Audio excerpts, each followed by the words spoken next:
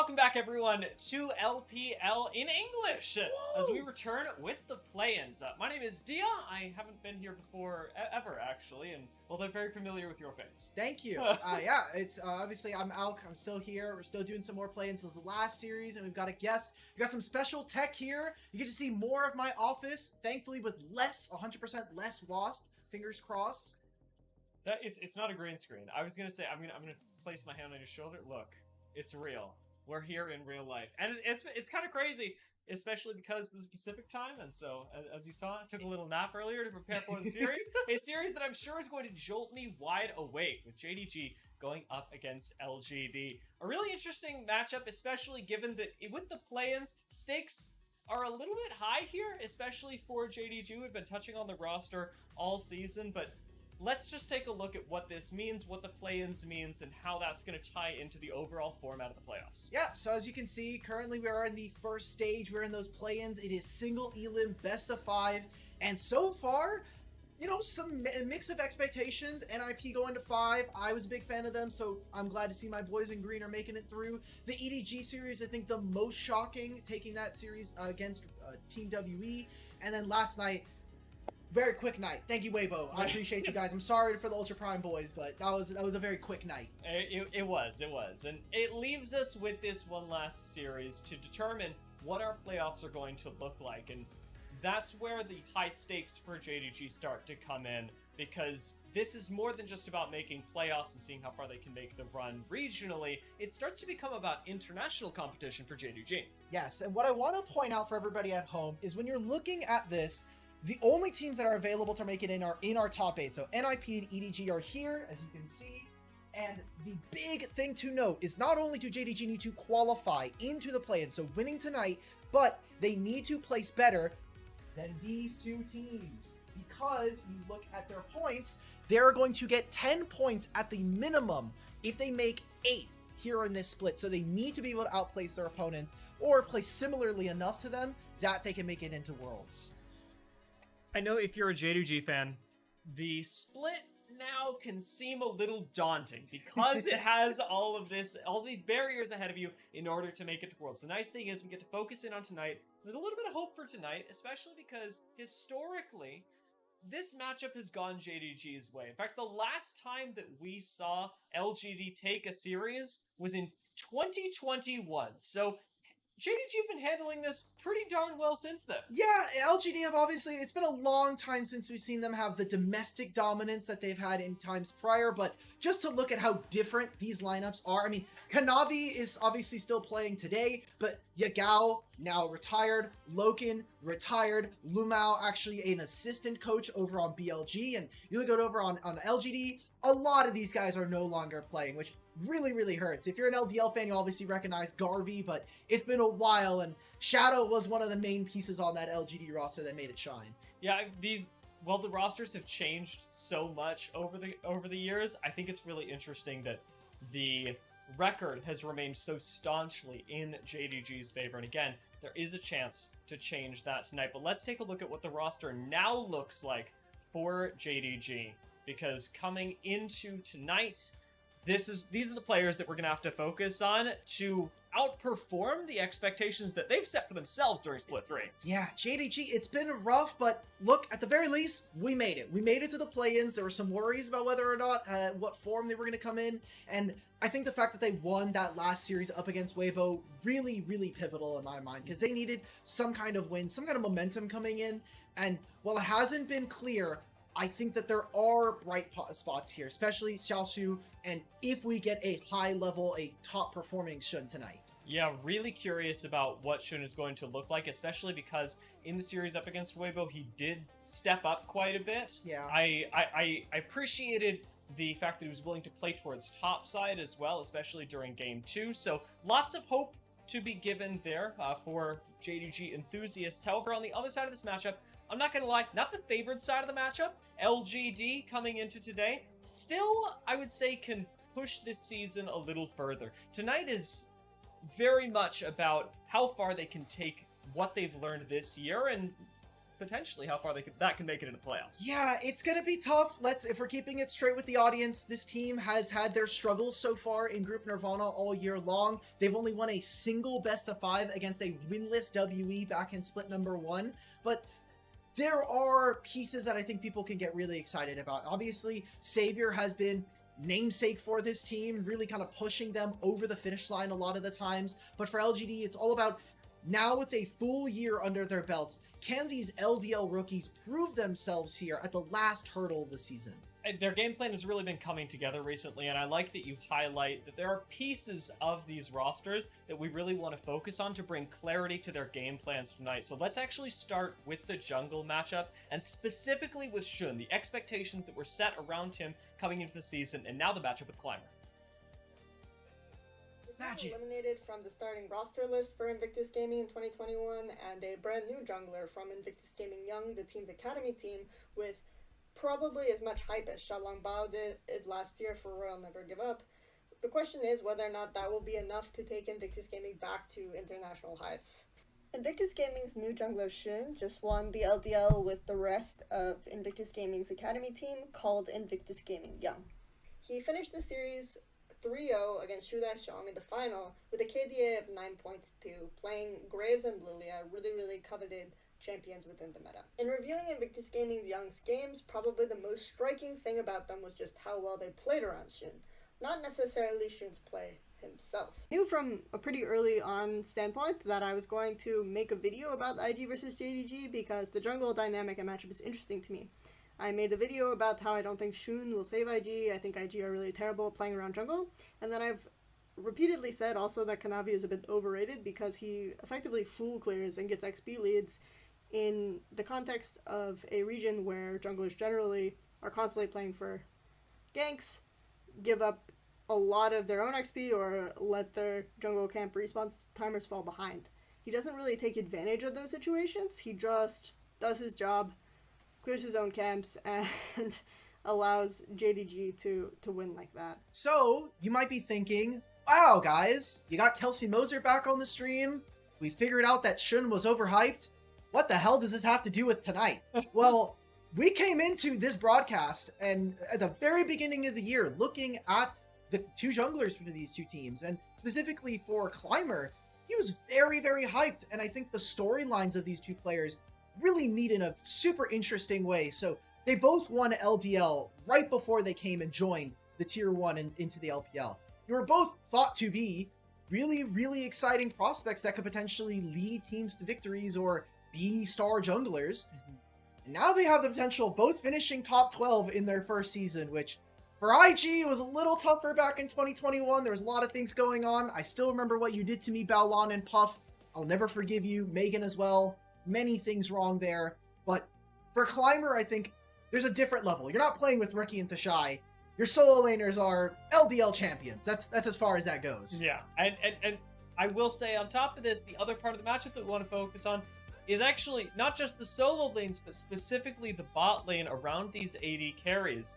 There's been a lot of excitement, I think for different reasons. I've been really impressed by Savior's champion pool during this split. I was talking to you about that earlier. I think a lot of people have been. He's played the most individual champions in all of the LPL this split. But on the other side of this, Pei's statistically been amazing. And I'm not going to say that Savior hasn't either. Yeah, I mean, Savior, you're going to look better when you're on lower end teams, especially like kill participation. But I think the eye test, you can see that there are glimmers of hope here. For Savior, I think really exciting to see this guy continue to be a veteran for these for this team. And for Pei's, I think having a year like this where potentially you miss out on another international might feed some of the haters, but he has proved throughout these last 8 to 9 months that 2024 one with JDG was just as much his trophy as having Chovy Keen as your solo lanes and Canyon as your jungler. He has been absolutely incredible from the AD carry position, even in Split 2, earning a top 3 finish on our All-Pro ballots. It just hasn't been the same here in Split 3, and we can mostly attribute that to JDG as a whole really floundering. Yeah, this has oftentimes been Pei's sort of the last domino to fall when we're looking into JDG's games. Yeah. Typically, you'll see the rest of the map start to fall apart first, if anything. But I think today, focusing on JDG, like we're talking about, the expectation is that they're going to do well. So, in a matchup that they should be winning, what does a successful JDG look like? What is this telling us about what they want to take into the playoffs? Yeah, what I want to see with this team is we're done with the regular season. We had at least a few days of rest, and we've finished the roster debacle of a new coach, a new top laner, and 2 different supports. Let's lock in on an identity, something for this team, because we came into this year talking about them as potential favorites to go to Worlds, and now we're having a conversation about whether or not they're even going to make an international at all this year. So what I want to see from JDG, and it's only 1 series, so sample size will be small, is whether or not we can lock down a strategy, an identity going into playoffs. Like, Scout has been suffering, so can we put him on facilitating mids that are going to let him still have impact, but don't require him to be outplaying his opponents? Are we going to see a little bit more out of Sun or Xiaoshu? We had a conversation midway through the season about, okay, Scout obviously is not playing well. Yeah. Support has been a vacuum for this team so far. So who else is going to step up? Is it going to be support? Are we going to have someone from support leading? Is Sun going to finally lean on that experience? Maybe, maybe not. Is Xiaoshu going to somehow be a carry top laner that we weren't expecting? I don't think that necessarily any of those have really materialized yet. Yeah, I would lean towards, or rather I would lean away from the Xiaoshu question, because in a weird way, Xiaoshu has been both the rock for this team, but also in the same way it's difficult to move him backwards, it's difficult to move him forwards. You know, like I'll play, man. I'll play an impact. It's a great role. It is. Let's take a look at some of the predictions for tonight, as we have had our talent team come together and give you an idea, as like we're talking about the favored JDG side of this matchup. Yes. I don't know what this is. What? You couldn't get an original prediction? You had to put it 3-0? I was like, okay, these people probably don't know who I am, and if I come in and I predict 0-3 for LGD, they're just going to think I have no idea. Yeah, but you could be like Miracu and go for a 3-0 LGD. Yeah. And then what happens if it's right? Then you're like, oh, I could have gone it. Yeah. Then, my bad. If it's, I think for a large portion of the broadcast, if it's 0-3 LGD, are bad guys. Like, fair enough. They absolutely will have earned it. Nate, if you want to make some of your own predictions, we've got a QR code up on screen, so go ahead and submit some of your own and try and be a little original with it, okay? Be what I couldn't. Yeah. Wait, they're not even much better than us. I asked you for your prediction earlier today. You had 3-1 for like fun memes. Discord's also there with you, so I don't think I'll rescind some of my flame. Yeah. But I still think we could have done a little bit better, guys. I know yesterday was a little all over the place. Actually, the WE EDG, no one was believing EDG to slam, except I had to convince Rafa. Rafa has been our biggest EDG fan all season long, ever since they got their new support and when they started off the season undefeated. And he was like, I don't really know if they're gonna be like. I was like, dude, you've been the EDG guy all year. Just go for the 3-0. What happens? Yeah. I mean, honestly, if you've been doing it all split, you just have to commit. Yeah. At that point, you may as well. Players going to be taking the stage real soon to start the match. So let's start thinking about what draft looks like and what the game looks like for these players, especially as we just came off the back of predictions and we're thinking about what a successful game plan might look like for JDG. How's that going to manifest once we hit draft? So 2 things that we'll have to take a note of is we talked about a lot of different roles today, but every time we have talked about JDG, it does come down to Scout.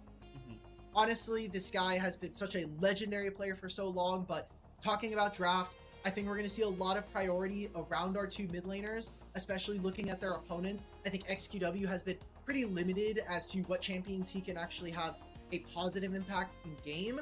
So I wonder if we're going to be seeing a large focus on the mid pools coming in. I would expect so, and I will say Fearless Draft is going to work, at least I would expect, largely in JDG's favor. Because with the exception of Savior, most of the champion pools on LGD have been much more focused into 1 or 2 champions than it has been on JDG. I do want to note, okay, I think part of that is also number of games. Sure. JDG have played twice as many individual games this year than LGD have all year long. So I think it's fair to say that maybe some of that is impacted. Like, for on one hand, we're talking about Savior having the largest champion pool out of any player in the LPL currently. 15 if you were wondering. Monkey is 14 for everybody at home. But JDG have just played a lot of games so far this year. So talking about Fearless, there are a couple champions that I'm a little bit worried about, like Talia for our 2 mid laners and kind of hiking it back up to the top lane for Sasa. Whether or not he'll actually have access. Oh, we're getting the cat cam. This is part of the new tech. We were trying to see if we could spot Mimi. Mimi is a little bit more elusive today. She has came and went like the wind. That's all right. We'll get her next time. Yep. Okay. We gotta refocus on the draft. I'm so sorry, guys. Well, Don't apologize. Everybody wants to see Mimi. Every time if I tell chat that she's here. All right. It's worth trying. Okay, we'll just commit it. Come on, baby. Cat cam's a lot easier when it just comes with a regular. Yep. And maybe this will end up working out in our favor. It should be an auspicious omen for your team of choice. I was thinking about this, with JDG, I felt really good when they're able to pick up Galio. I'm not so hyped on Scouts Talia, honestly. It had when Galio's worked, I've really seen the team come together. When Talia has worked, it's 50-50, to be honest. I don't know. One of these players has won Worlds. The other one has won LPL. I hope. I think anything is possible. Wow. And you got the ad read. They're not even our sponsor. You're not giving money back to us. You're giving it back to the broadcast over there. We are in Suzhou. We are in LNG's home arena. Getting started with draft here. JDG already getting rid of the Yone and the Nico. The Yone in particular, we got to see from XQW be a really, really important champion for them in their last couple series. I am not surprised to see this ban. Yep. Taking the Yone away, it seems like you've just done your base research on LGD, and it's possible that we get to see it played later, but it's really largely going to depend on how this goes. I think taking the Wukong away from Shun also a pretty well-researched pick. Pantheon alongside that. These are going to provide a lot of utility, but I am surprised to see Varus banned this early when I think Pace could have taken it pretty easily. Yeah, we've been seeing that JDG have moved towards trying to prioritize their mid matchups, especially. And with LGD, are we going to go for a third jungle ban? Because now this leaves up things like the Gwen. You have obviously Rumble that is still up and available. And if we're moving away from some of these other junglers, I think when it comes to both Climber and Shun, making sure that they are comfortable, especially for our rookie jungler in LGD, making sure that he gets a champion that gives him impact is going to be good. I mean, I know it's a hover, but we did talk about the Rumble earlier. Okay. Now we actually get to talk about it. It's locked in. All right. So, Xiaochu, I have been a big proponent that this guy off of Renekton and Cassante doesn't look great, but I think in more recent series, he's had to step up, especially for this team. So let's see if whether or not they can actually play around it. Now we get to talk a little bit more about what LGD are going to do in response. The Galio is a counter that can be flexed up into the top side. It's been a while since we've seen Galio top lane, at least this year, but always a possibility and an important champion that you're mentioning for taking away from Scout. Now it's not only taken away from Scout for this game, but again, because Fearless, this goes on. Yeah. I really like the Rumble for a similar reason, because this is a very commonly played champ in the top side for both teams. Now, the Ambessa lock-in does sort of give away where the Galio is going. I don't like this. We're 2 picks in and I'm already a little sad. Yeah. Like, we picked into, we had a good matchup blind. We could have taken our jungler here if we were LGD, but now we've opted into a worse matchup top lane that is in favor of JDG, and now they get the rise into the Galio. This is completely free solo lanes now given over to JDG. I think this is a huge mistake and potentially setting up JDG for at least a strong early game. I mean, Rise gets to very easily push around this Galio, and that's kind of one of the problems you're trying to get rid of. Yeah, I mean, this is a great pick to lock in third as well. Relatively flexible with the Poppy. You can throw this into support, which, I mean, I don't think. I'm going to check. Nope. Joel has not played very many games of Poppy this split. I'd like to see him on something like an Alistar at some point during this series. I'm going to throw that out there right now. I think the Alistar has been one of Joel's best champions, especially in the last couple of series. But for right now, at least they retain the flexibility with the Poppy. Jarvan going to be locked in his response. I'm glad that you called that in, because Alistar is a champion that YCX has completely dropped going into Split 3, which very important with all the spellbook shenanigans that we've been seeing. going into second phase, whether or not we're going to get more AD carry bans. We talked about Pays and Savior being really big, impactful players, so wouldn't be surprised to see things like Kaisa taken away in the draft. What else are we looking at? I mean, especially with Corki now taken out and the Varus eliminated, we've still got Sivir and Xayah on the table. Sivir, especially for Pays, would actually be quite good because they're going to have the first pick coming back out. Oh, no.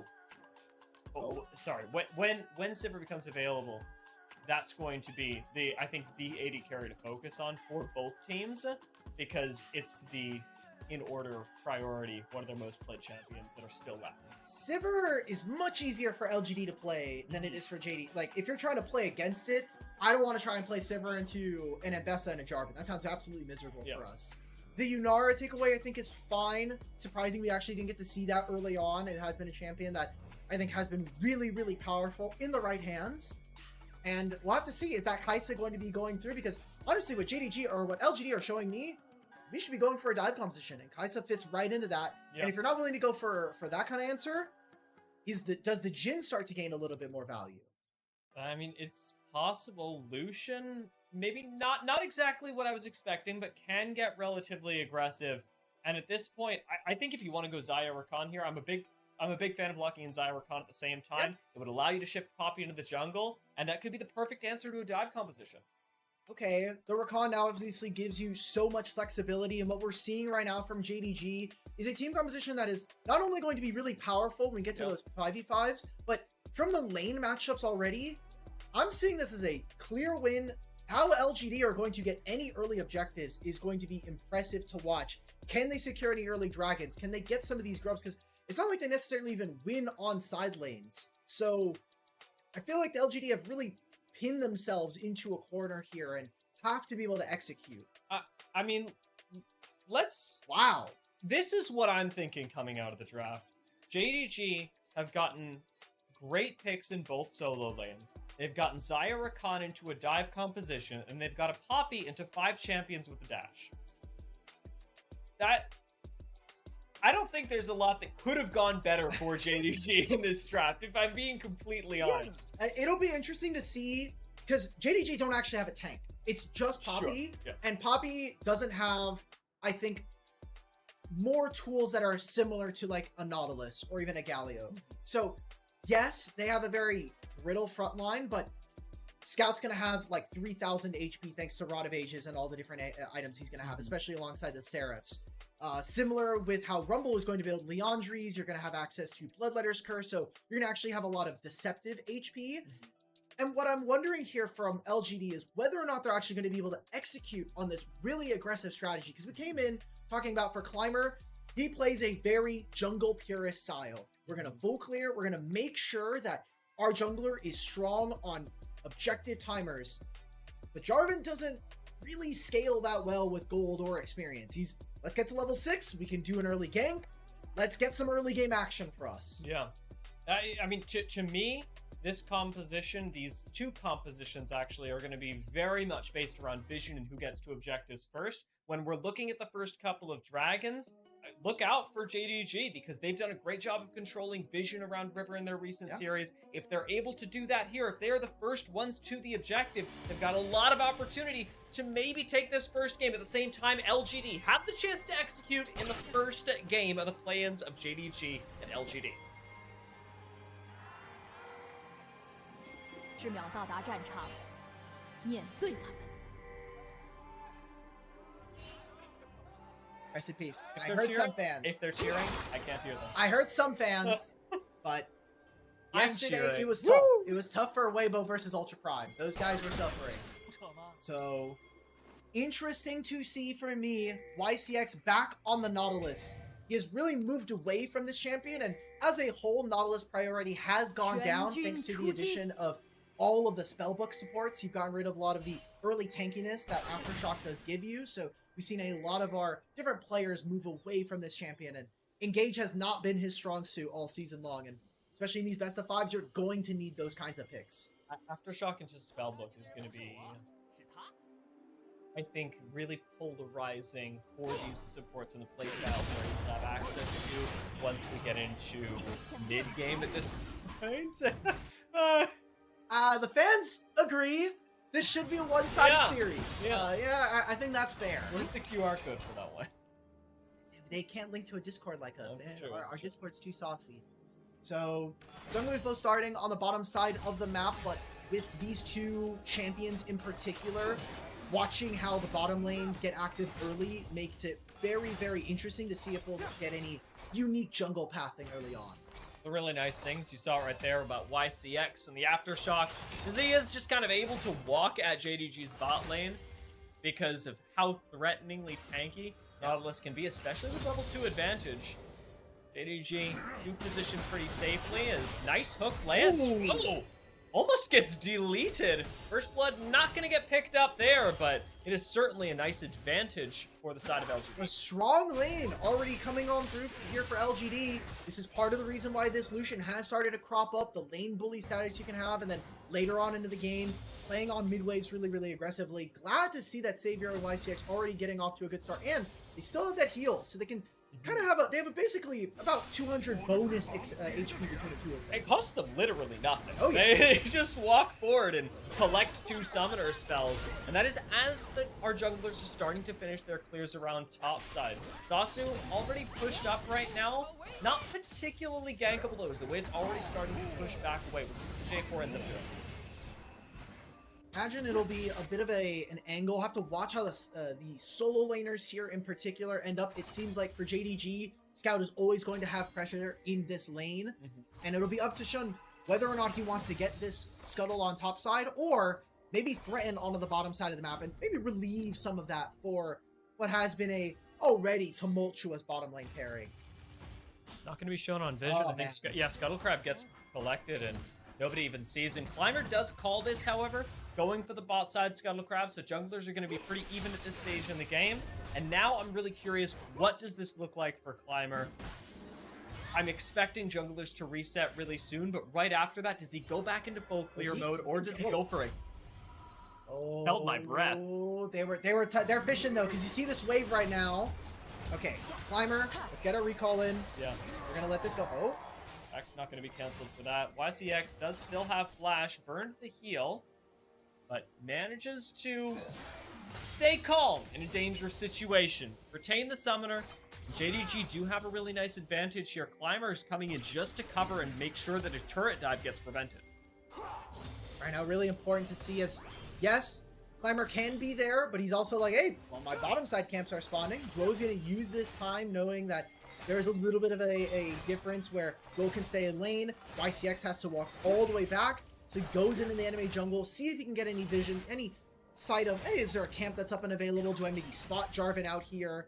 It's going to be a massive wave crashed here, and at least a portion of this is going to be solo experience going over to Savior. With the fact that we've basically just been forcing support resets, though, and the state of the wave just a couple of minutes before this, Climber is incentivized to just continue clearing, and the early game advantage of a Jarvan is not starting to dissipate, but I can see it already on the horizon where Jarvan will lose a lot of the early game impact. The nice thing is with a roam up here, YCX could still help secure first blood. He's still got flash that he held on to in bot lane, and he has not yet been spotted.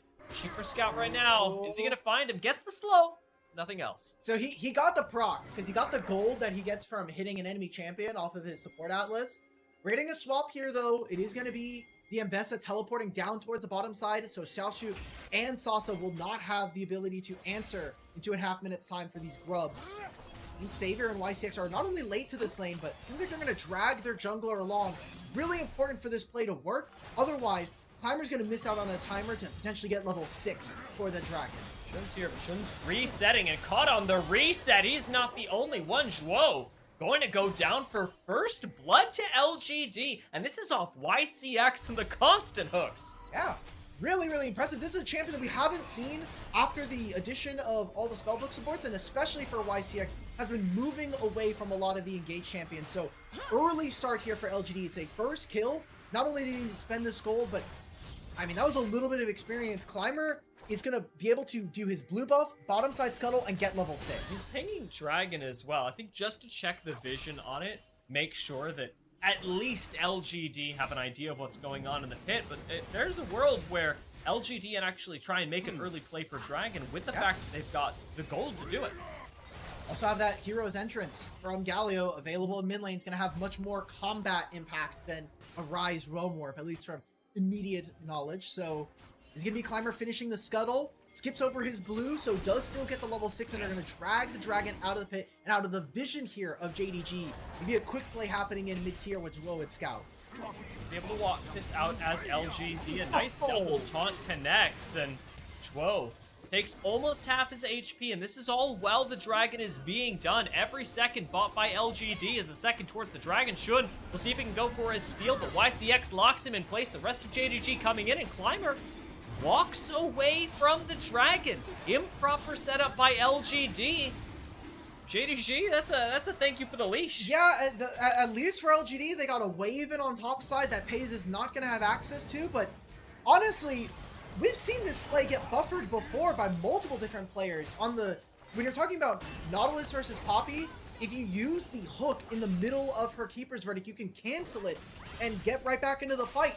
That was a massive outplay there from JDG, and Shun punishes LGD, grabbing themselves the first dragon of the game. I would say that for the lack of setup that JDG put into that Drake, the fact that they get away with it is fantastic. Now we're looking back at the top side where they were already set up for, except for now with Caves and Zhuo in the mid lane, they've got an even easier rotation to both sides of the map. And of course, Shun's already making his way towards the grubs. Until Savior finishes his first item, it's going to be a little harder for him to clear minion waves as effectively as Pays. And more importantly, what I'm looking at is both of these supports not level 6 yet. LGD want to challenge. Zhuo, nice knock up, but gets answered by the Aftershock. Pays is engaged on, has no way out, flashes and connects with the Feather Storm, but enough time was bought by XQW to pick up 2 picks for Savior. They didn't bring Xiaoshu over for this play, and he doesn't have Equalizer after what he used it on the bottom side. So LGD will grab themselves at least 2 grubs. That'll be a feat that is going towards them in trying to get this epic monster slaying. And mostly for what I'm looking at, you got the flash out away from Pays, and you were able to take something that will harm you in the later game. Talking about side laning and those grubs. JDG seeming a little bit disjointed on what to do in the face of LGD there. Zhuo, I guess as we've come to know from Zhuo in his last few games, wanted to go in, and the rest of the team really wasn't ready to do that. It's nice to see the engage, but as the hook lands as well, Pays doesn't react in time to the Jarvan engage, and this fight does not go their way. Perfect.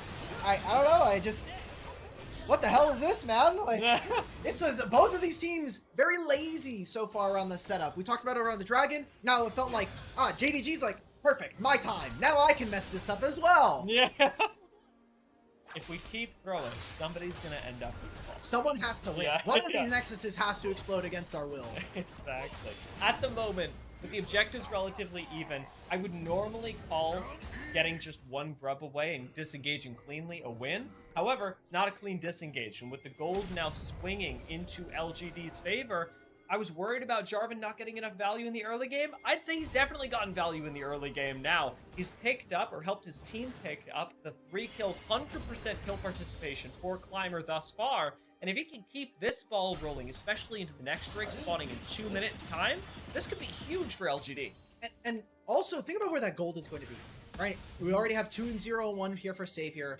You now have a Galio that's also going to get a little bit of that gold, and he's going to be very problematic for the solo laners of JDG to deal with in a team fight. So we need to see from LGD's perspective, not only can we maybe snowball this objective, but what else can we grab? Dragon's going to be spawning in a minute and a half. And from JDG's perspective, how are we going to cheat on the map? How can we take a timer here to go for a certain wave? Can we overload on one side? You can see they brought Shun and Zhuo to do this, but YCX is matching something that should be the power of a spellbook support. I'm really curious what JDG's positioning of Xiaoshu on the map is going to look like from here as well. Rumble, particularly strong, of course, in team fights, but Xiaoshu is a huge source of JDG's side lane pressure, not just as a champion, but as a player. And where they have him on the map, what team fights he chooses to attend or not, are extremely significant in the next 10 minutes. Okay, so he has teleport, his equalizer is back up, and because he has an idea that there are members from LGD that are not near his lane, I don't think he should be that worried about the Galio that is on his side of the map. I think right now what he should be looking for is, let's see if I can push Galio under his turret and see if I can trade one of these summoner spells. Maybe get his teleport out before this next dragon fight. Yeah, getting a teleport would be absolutely massive, because even now, from the top side of the map, Galio can't arrive at Dragon, and Dragon, as we previewed, is the upcoming objective. Now, 30 seconds left on that, and JDG fishing for a play around the mid lane. Could be as easy as the grubs, but a huge engage from Zhuo, and Jun's right there immediately after, and Pays again gets counter-engaged on by Climber, and this time, no flash, no Better Storm, is caught in the Cataclysm and taken down. There we go. Really tight timer there for them to find. They knew that the flash was no longer up for Pays. They get his barrier, and this should be their early move going into the dragon. You saw that XQW, he dropped that top wave. He teleported right into mid and didn't even have to use the hero's entrance. So they will have this in time for the Herald spawning in 2.5. Are they going to go for a dive on the scout? He has no flash, no teleport. This could be huge for LGD. They have no vision of him. Just barely not having vision as well. They will still get a few plates off this, but with Scout canceling the recall, Zhuo on the way, you wish you'd stuck around for that. You wish you hadn't canceled the back, but at least you get the dragon on top of it. Again, trade of plates as Shun engages into what I think should be a nothing burger.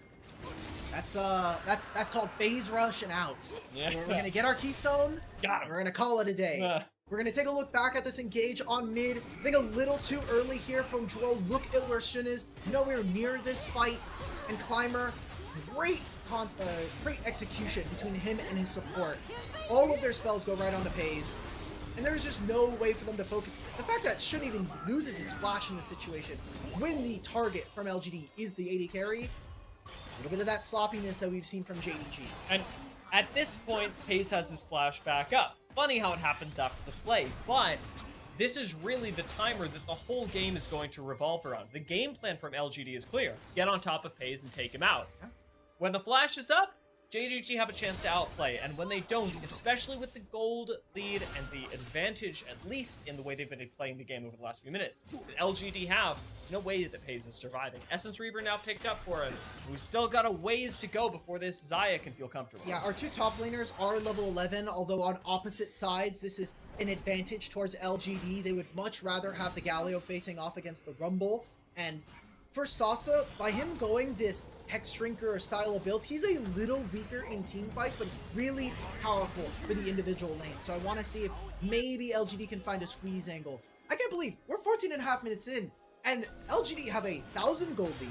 They're up 4-0 in kills, and they've been pretty competitive already on the objectives. This is a great sign for the players. We were talking about it earlier, but how far can they take what they've learned throughout the whole year of LPL? Right now, they've taken it to a pretty challenging early game against JDG, who have not been known as early game throwers. They've been playing pretty well in the early game, especially from the last year's. Exactly. So it's going to be Savior using the culling there, applying pressure onto Pays, and seeing if we can get an early recall. This gives LGD premier setup on this topside objective, with the Herald already spawned, and Bessa's going to walk late into this fight. Galio is going to now drop this bottom lane wave as he no longer has teleport. This could be a tight window here for JDG to play on, but you have to catch the mid wave. That single ward, no vision. Control ward gets dropped on it as well. So you can bump away a Jarvan, but nice interrupt. This is a very nice play by Shun to go ahead, walk in, pick up the Rift Herald with the rest. Oh, we're fighting now. My top laner just TP'd. We're doing something, boys. Like if I'm Xiaoshu, we're complaining. This is max complain meta. Like I just TP'd for this fight, and now there's nothing to do. Let's make a dive on top side. Pings are going off. Zhuo's going to spot 3 of the members of LGD roaming, and they're going to cut Sasa off in this way. This might just be first turret going over to JDG. And it should be. I mean, well earned with the teleport like you talked about. You invest that, you get not just the Rift Herald, but the top lane turret, and now you're able to use the Rift Herald elsewhere to crack apart the map. It's a good way for JDG to claw back some momentum in this game, and this could be a better one.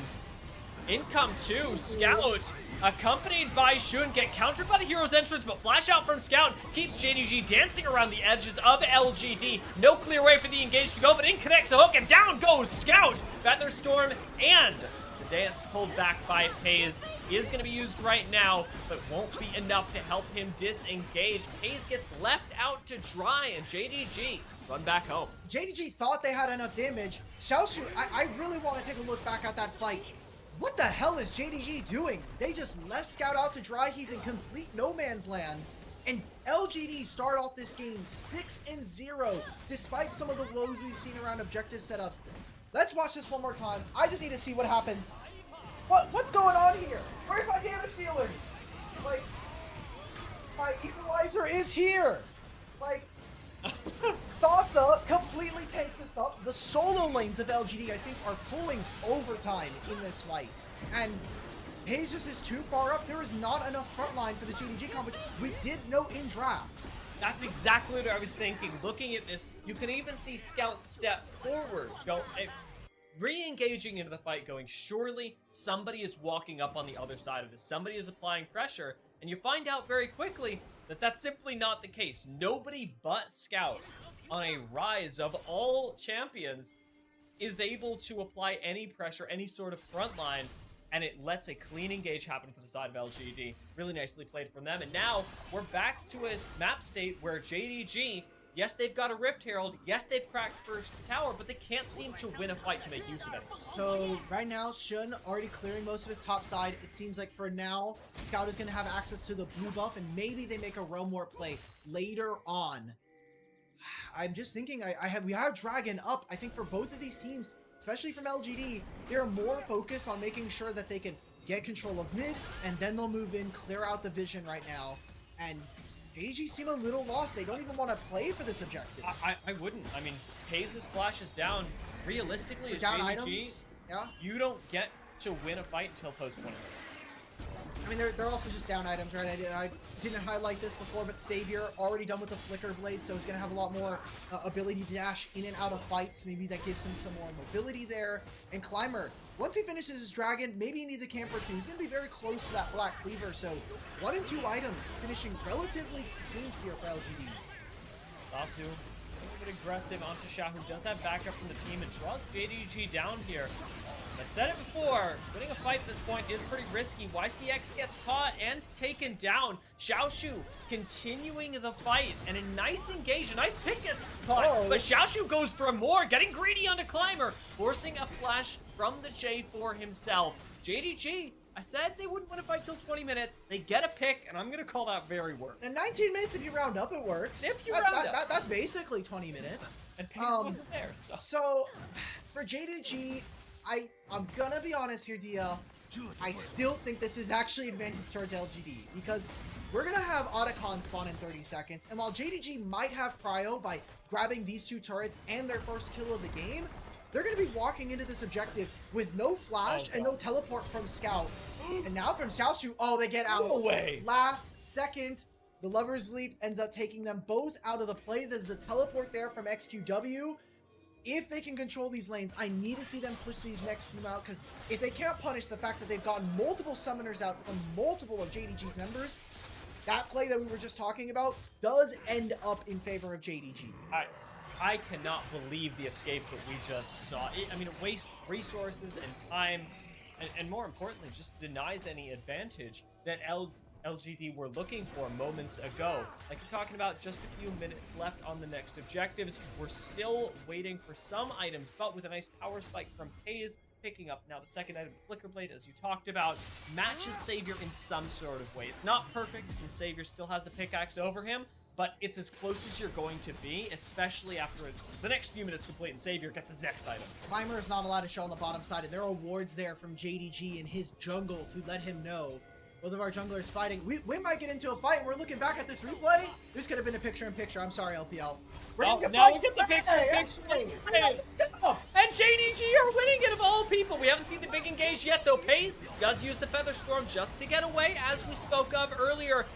XQW flashing away, but the front line of this Rumble is massive. Xiaoshu, we've seen him in 2 fights now take to the front line, and in both of those, he has managed to win them for the team. Scout engaging on the side onto Sasu, while a nice clean up kill goes over as XQW falls. These are nice team fights being taken by JDG at the right time. That is an Otacon, and if now LPL, you want to send us to a replay, not a bad time. Yeah. Not a bad time for it. We're going to have teleports coming in from Sauce on the bottom side, but that looked like an incredibly split fight. I mean, we didn't get to see Savior deal any damage in this fight. Let's take a look at this again, now with full screen vision. All right, Climber, we're engaging on a Shun. Where are my damage dealers? Galio's here, okay. Salsa doesn't get in here until now. Savior is using the culling, and all of this onto non-relevant members in my mind. Pays just barely able to survive. And then the corridor, I mean, that rip on XQW alone. And Savior, again, dealing no damage here. This is exactly what JDG want from you. They want to put you in a barrel and then just let it rip. Yeah, this is where, as soon as we see Xiaoshu teleport in, the fight went from good to great. Rumble gets laid down, Savior can't play League of Legends, and they just walk at the few remaining members. It's the perfect game plan from JDG. Difficult to pull off, and even here, Pace dropped to 25% HP, so there's the danger to this Xayah still very real. Okay, so Dragon spawns in a minute. No one's really near a soul at this point.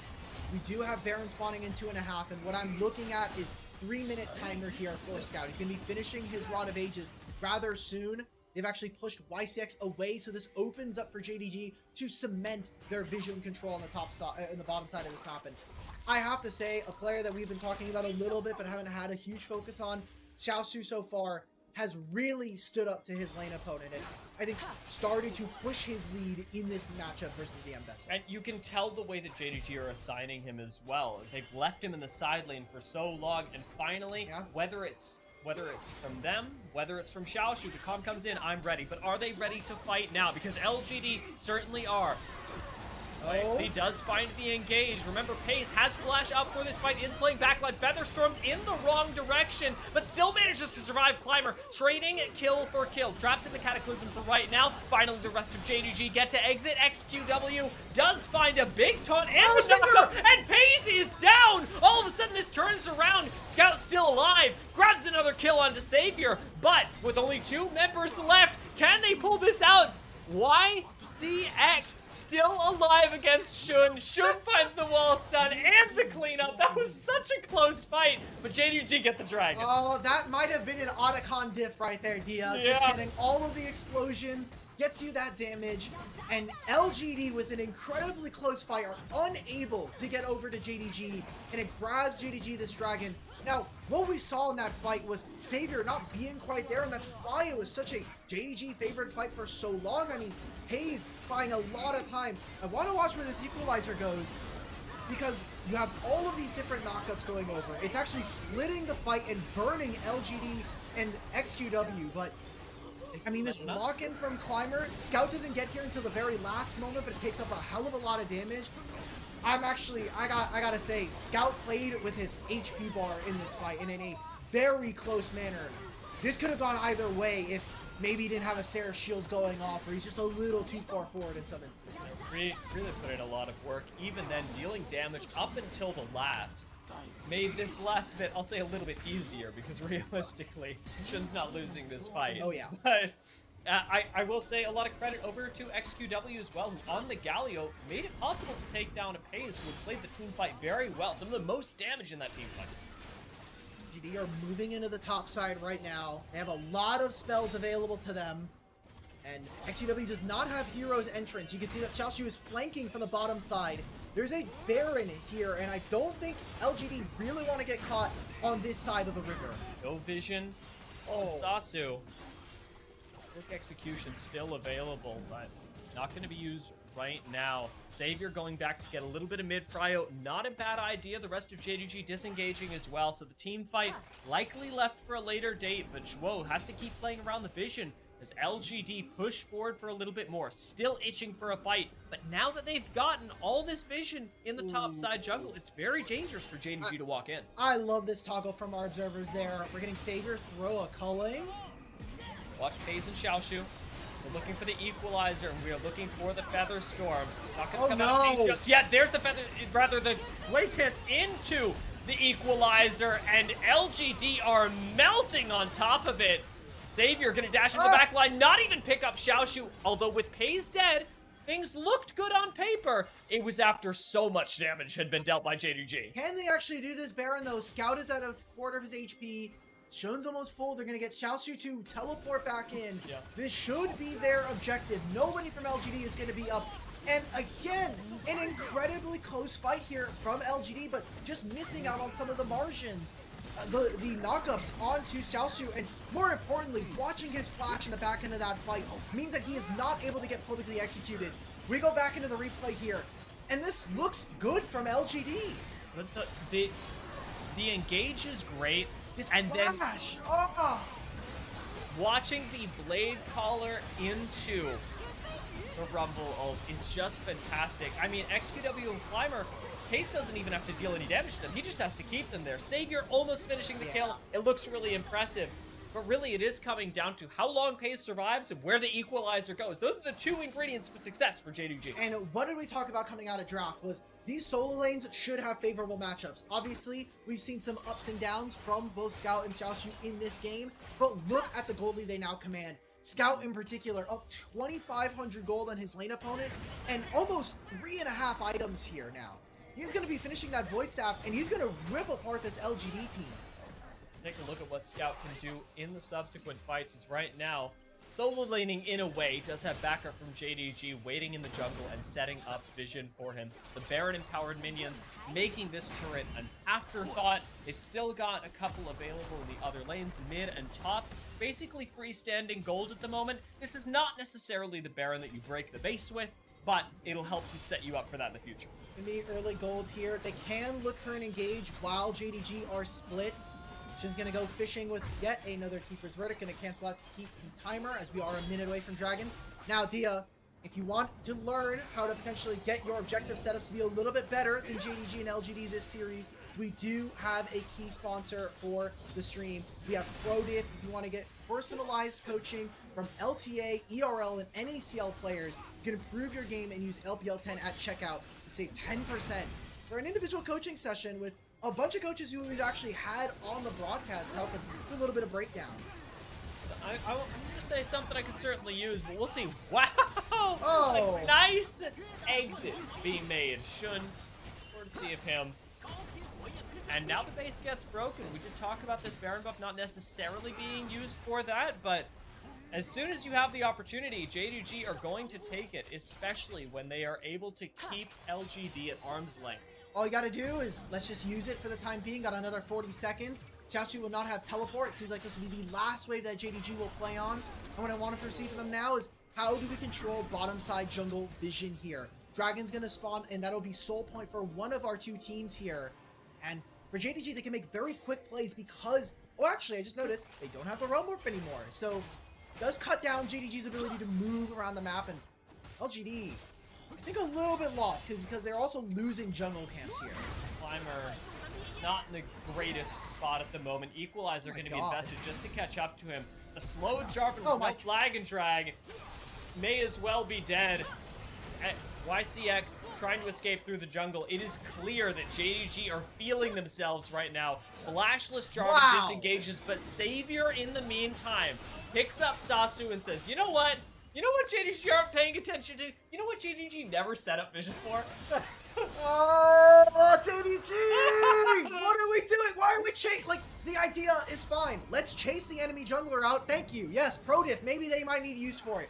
Kernlove is obviously not doing a great job in that instance. But, like, I get the idea. Let's chase the jungler away from the objective, and then we can try to force.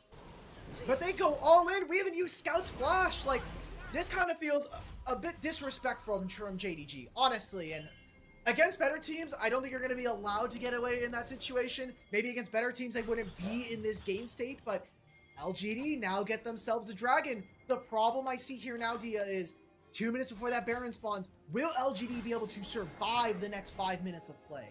That's going to be the real telling thing is over the course of the Baron setup, JDG did get a reality check given that dragon. they should be going back, setting up clean vision, and preparing for engages that actually have gone really well for them recently. We talked about Schwo's lack of tankiness maybe causing some problems. He has been disengaged from the team, or desynced from the team, I should say, as to when they should engage, when they should not during the course of the regular season. I haven't seen that be as prominent this game because Shun is so ready to follow up, and it's a good thing we highlighted Shun at the start of the match. Yeah. Shun has, at the very least, been playing every jungler like it's a carry. Every single keeper's verdict, it's got hands for somebody here. Equalizer is going to come out mostly to clear the wave and potentially clear the way for JDG to take this top tier 2. It's going to be that on that next wave that they're looking. Still, control of the top side, and Baron spawns in a minute. I think JDG can play this low and slow. Problem is whether or not they're going to actually agree with that take. Yeah, I'll be honest. I don't love the equalizer here. Whoa!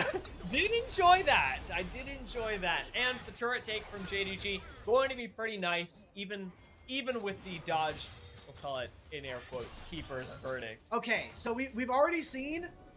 Here we'll do a little bit of a check mark here for our boys. XQW, you got the check mark. YCX, you have not canceled the ultimate yet. Darvin can do it. We haven't seen it, so there's potential. Always potential, like for LGD.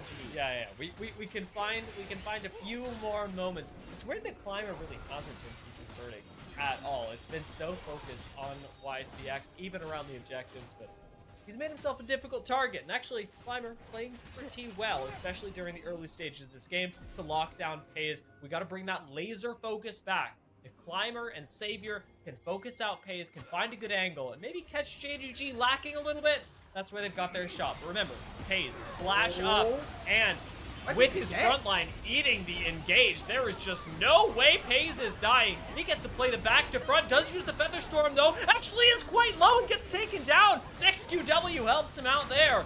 But with Xiaoshu now re-entering the fight, and Scout, like you talked about, Scout with a triple kill and playing the health bars just like he always has, helps his team pick up the team fight victory, and now I think they're looking to end the game. Yep, they've got a super inhibitor minion wave coming on through.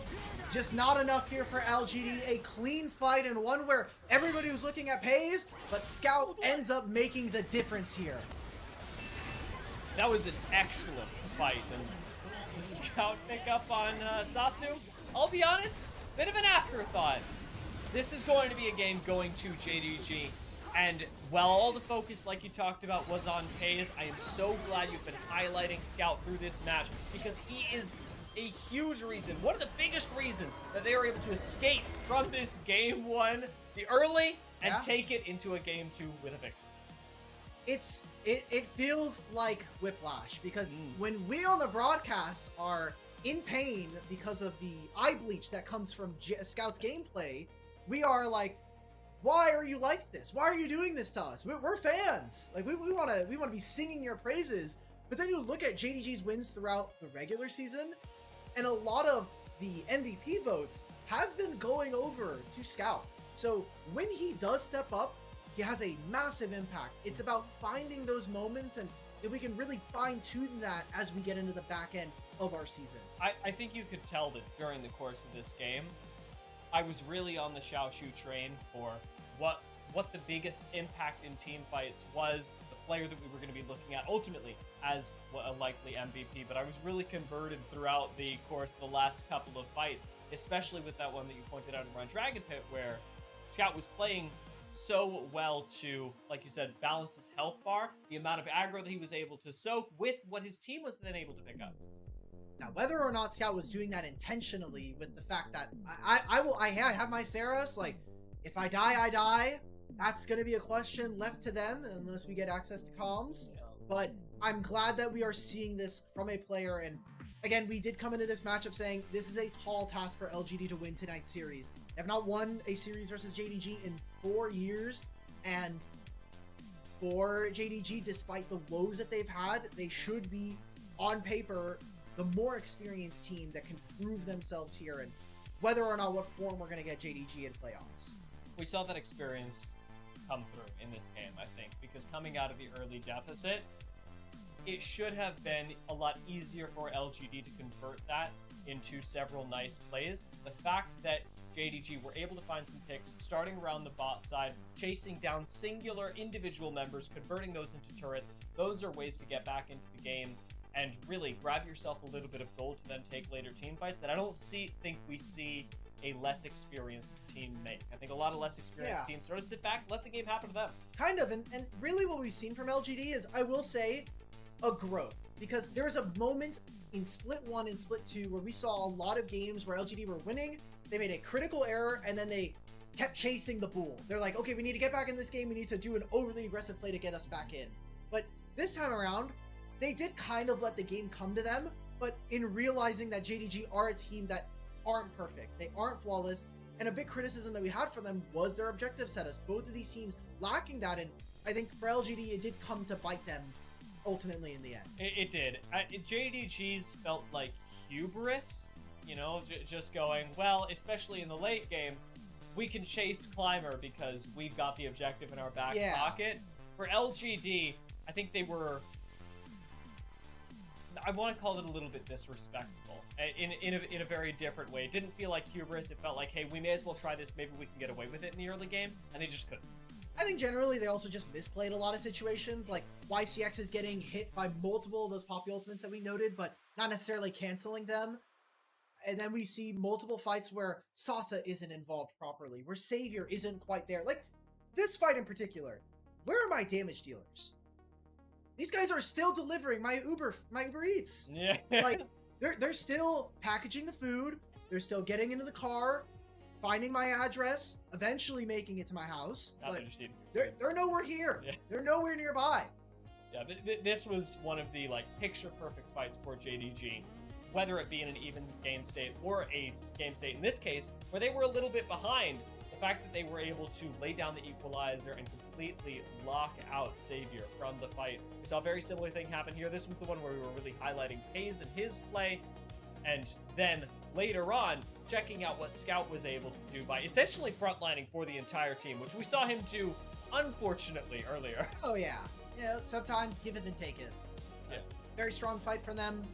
And for JDG, we need to see continued levels of success. Yes, their early game wasn't clean in this game, but I imagine as we get further into the series, as they get a little bit more comfortable on their setups, I imagine this team is only going to grow a little bit more confident with each and every stroke. So what I need to kind of glean from JDG is what identity are we going to see from them? Because this is a very important best of 5 that kind of feels like a gimme. Like, hey, we're going up against a team that is from Nirvana. We're expected to win. We can take this a little easier, but I need to glean or see some attempt at fortifying an identity for them going into playoffs. Mm-hmm. And that part of that is going to be shifting because of the fact that we've expended to really specific team comps in a way. The fact that we end up getting a Jarvan, but then Zaya Rakan gets picked up into it, will likely give us a better look at what the game plan is for JDG going into future matchups around like the early macro.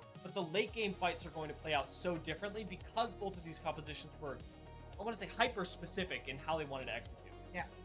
Maybe cut out from the draft, right? We were talking about like, okay, maybe you can go for Jhin, you can go for Kai'Sa. The Kai'Sa was obviously banned and we didn't get to see too much.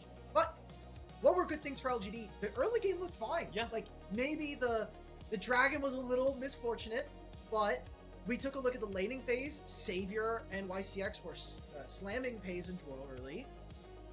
There were some moments there where I felt like LGD could have pushed themselves a little bit more. And this is the last test. This is one of your last series you're going to be playing this season if you don't win this one. So can we put to use what has been 9 months? Yeah, I mean, I thought the team fights and the coordination from LGD, their target selection was really good in mid-game fights. I would say that outside of game, their draft could be a little bit better. I like that they ultimately got an identity, but they did give up a lot of their ability to influence the solo lanes. As we mentioned, like super early on, they were giving that up and not retaining the flex. Let me draw for a second. Is that? Yeah. Oh?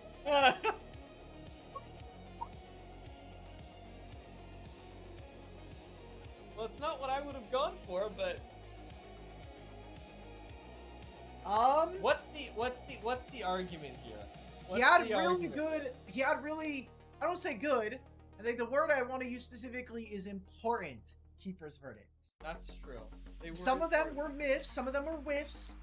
The verdict was innocent, but most of them were pretty pivotal to whether or not JDG were going to win. I want to be clear, I'm not a Shun hater, by the way. But maybe That's a great way to start. Yeah, but maybe not an MVP giver for this match. That the Poppy felt more like a plug and play here. You know what? We're gonna debate this a little bit more. Yeah.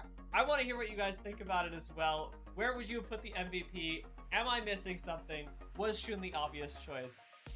But if you want to support LPL English, consider becoming a Coffee member. Coffee is the best way to support the LPL English broadcast, as the vast majority of your contributions go directly towards the show. A lot of the initial payments immediately go into upgrading the broadcast so we can draw on screen, but a huge bulk of it does go to paying our on-air talent and content creators. Subscribe to our Coffee, linked in chat, to unlock perks like early access to content and the ability to ask interview questions for our on-site interviews. Guys, we're going to kick it to a short break. Dia and I are going to go debate whether or not Shun got an 8 out of everyone. Okay, we're not even debating anymore. We're just going to argue with the LPL people. And when we're back, we'll be here with Game 2 between JDG and LGD. What are we doing?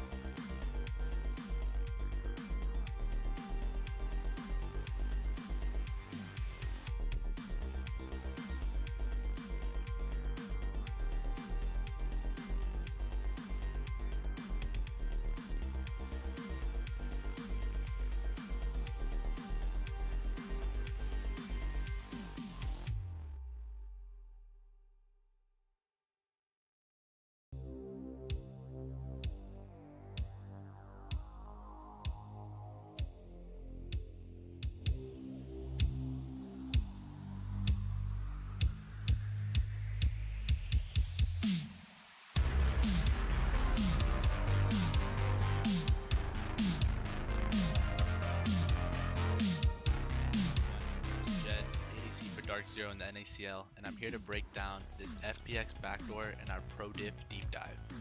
Baron is spawning in 1 minute, and that's the objective to play for, and the next mid wave coming out of base kind of dictates which team will get set up. FPX kind of has a cheat code because they took the enemy inhibitor, so they have the super minions, which will help them push the wave faster and makes their wave tankier. And Silas, he's down 7k gold. He kind of knows he's pretty useless, so he opts to not even show on the side wave and just goes in overgroups on mid wave. On the flip side, IG has rookie TP to the top lane, and then he shifts down to mid. So that's the two big advantages FPX has going into this fight. They have TP advantage on their mid laner, and they took the enemy inhibitor. So the fight starts really well for IG. They burn a bunch of the enemy sums and ults, but the problem is since they contested from top river, they never actually got the wave. Instantly they start running to the wave. They take the fight away from the TP-less Victor, who's the most fed member in the game, and they just walk the wave down. They know that the game went long enough that winning a 5v5 is not the only way to win the game. They want to play around their advantages, and taking the fight away from the TP-less Victor and into the enemy nexus is their best bet. IG made the mistake of over chasing into the enemy vision, and they never actually caught the wave.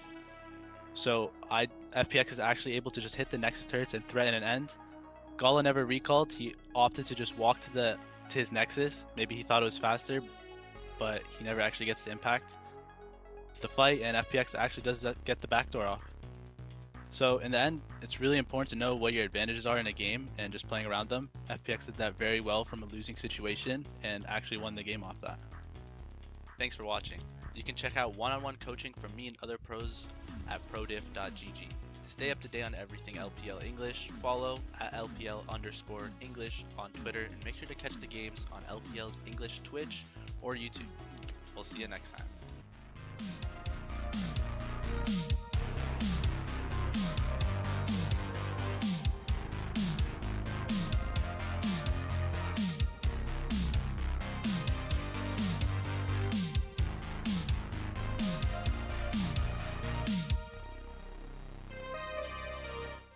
Welcome back to the LPL play-ins, everyone. I'm still Dia, that's still Alk, and we are still in the series with JDG and LGD, and my prediction still has the chance to be true. I was worried for the first couple minutes of game one.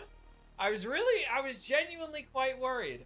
But JDG did end up taking that first game somehow, some way. And it looked pretty good by the end. It's not just your prediction. Our prediction. Our camera prediction. Frame now. As you can see, The look, you can do the swap people's, here. yeah! See? It's our prediction. The people's prediction. Yes. Yes. There was, I think, a rocky game for JDG, but if I could swap back, I'm feeling a little dizzy after that. Yeah. It did use, or it could use, some early game polish. I think on that we both agreed very much. Even in the middle of the game, I think LGD was doing a very good job of contesting for vision. But that was mostly due to, I think, JDG falling short on that front. Against a team that is doing that better, LGD don't get the openings. Yeah, and I do want to note that we don't typically see YCX in primary engagement position. I think the Nautilus felt really uncomfortable for him to play, at least from what we saw. And most often than not, even with the Aftershock, the Nautilus just died instantly in a lot of fights. And that is why I think part of the reason this champion has just completely fallen out of the meta, at least earlier on into series. So I want to see how LGD are going to look when they don't really have a dedicated Alistar player, when they're a little bit more reliant on Climber and Sasa to get the dirty work done and get team fights going.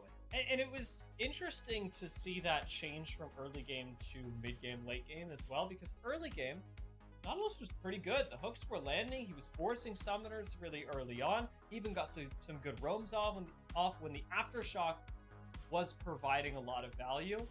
But then later in the game, you're just not really able to stand up to the versatility of Rakanna. Now, both those champions not going to be available for our second game naturally with Fearless, and it's interesting to see what champions are still being banned, as LGD once again are going to take away the Pantheon.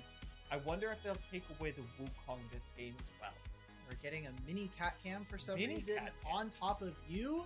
But LGD, I think you're right. Whether or not this is going to be a bigger focus on going towards the AD carries or moving more into the jungle, we have now dropped that Wukong ban that we saw in game one in favor for Gwen. In my mind, this does tell me we're moving into tanks. We're going to be looking at things like the Cassante. We're going to be looking at things like the Scion and the Ornn. Whether or not that is going to be available for LGD. And in the first pick, I mean, JDG, they still haven't gotten rid of the Yone that we saw from them. There it is. Exactly what I was thinking. I think they were debating it as well. With how long that took, are we banning Yone going into game 2? Are we going to use this on something else? given the fact that Wukong wasn't banned, I love the pickup here. I don't even like it. I love it. Why do you love Wukong? I love the pick. Wukong, I would. Why do you love the pick then, Dia? You don't like Wukong? You don't like some monkey love? I'm feeling uncomfortable. I'm feeling uncomfortable. Okay. Now I have to defend myself too much. Yeah. Annie's been picked. Talk about the pick. Classic Annie Twitter hasn't been analyst picked over yet. here. He Yeah. gets a pushback. Oh my god. Get blocked. So Annie will mean that Scout will have a bit of an easier matchup. And just point and click, I think it simplifies the game plan, which was a big question coming into this series and how JDG were going to perform. Can we maybe remove some of the mechanical burden from Scout and give him something that is going to simplify the game plan here for JDG? Thinking, I didn't even know you could hover champions.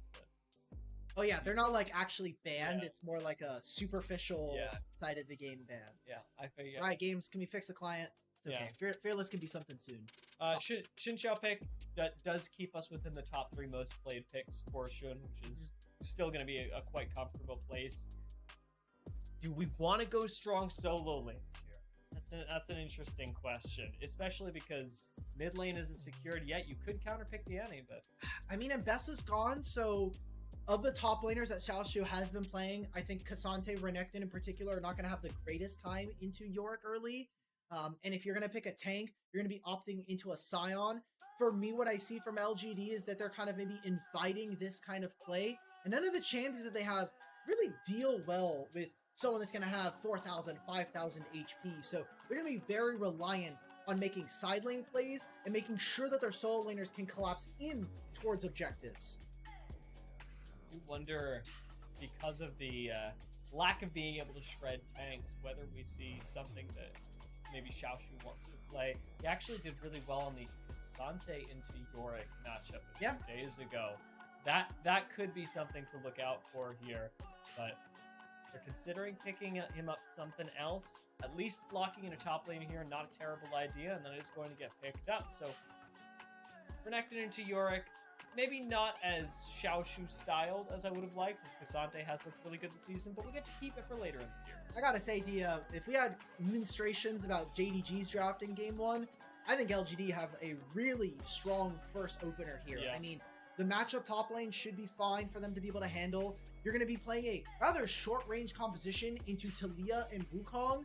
I don't know how Renekton plays this game once we get out of the laning phase versus Talia, so they're going to need something from AD carry and support that really warps the game or kind of flips their idea of how to play, because they have a strong haymaker to start, but that consistent damage starts to fall off as the fight goes longer. There's a pretty nice game to be had here for both Sivir and Kaisa as well for LGD.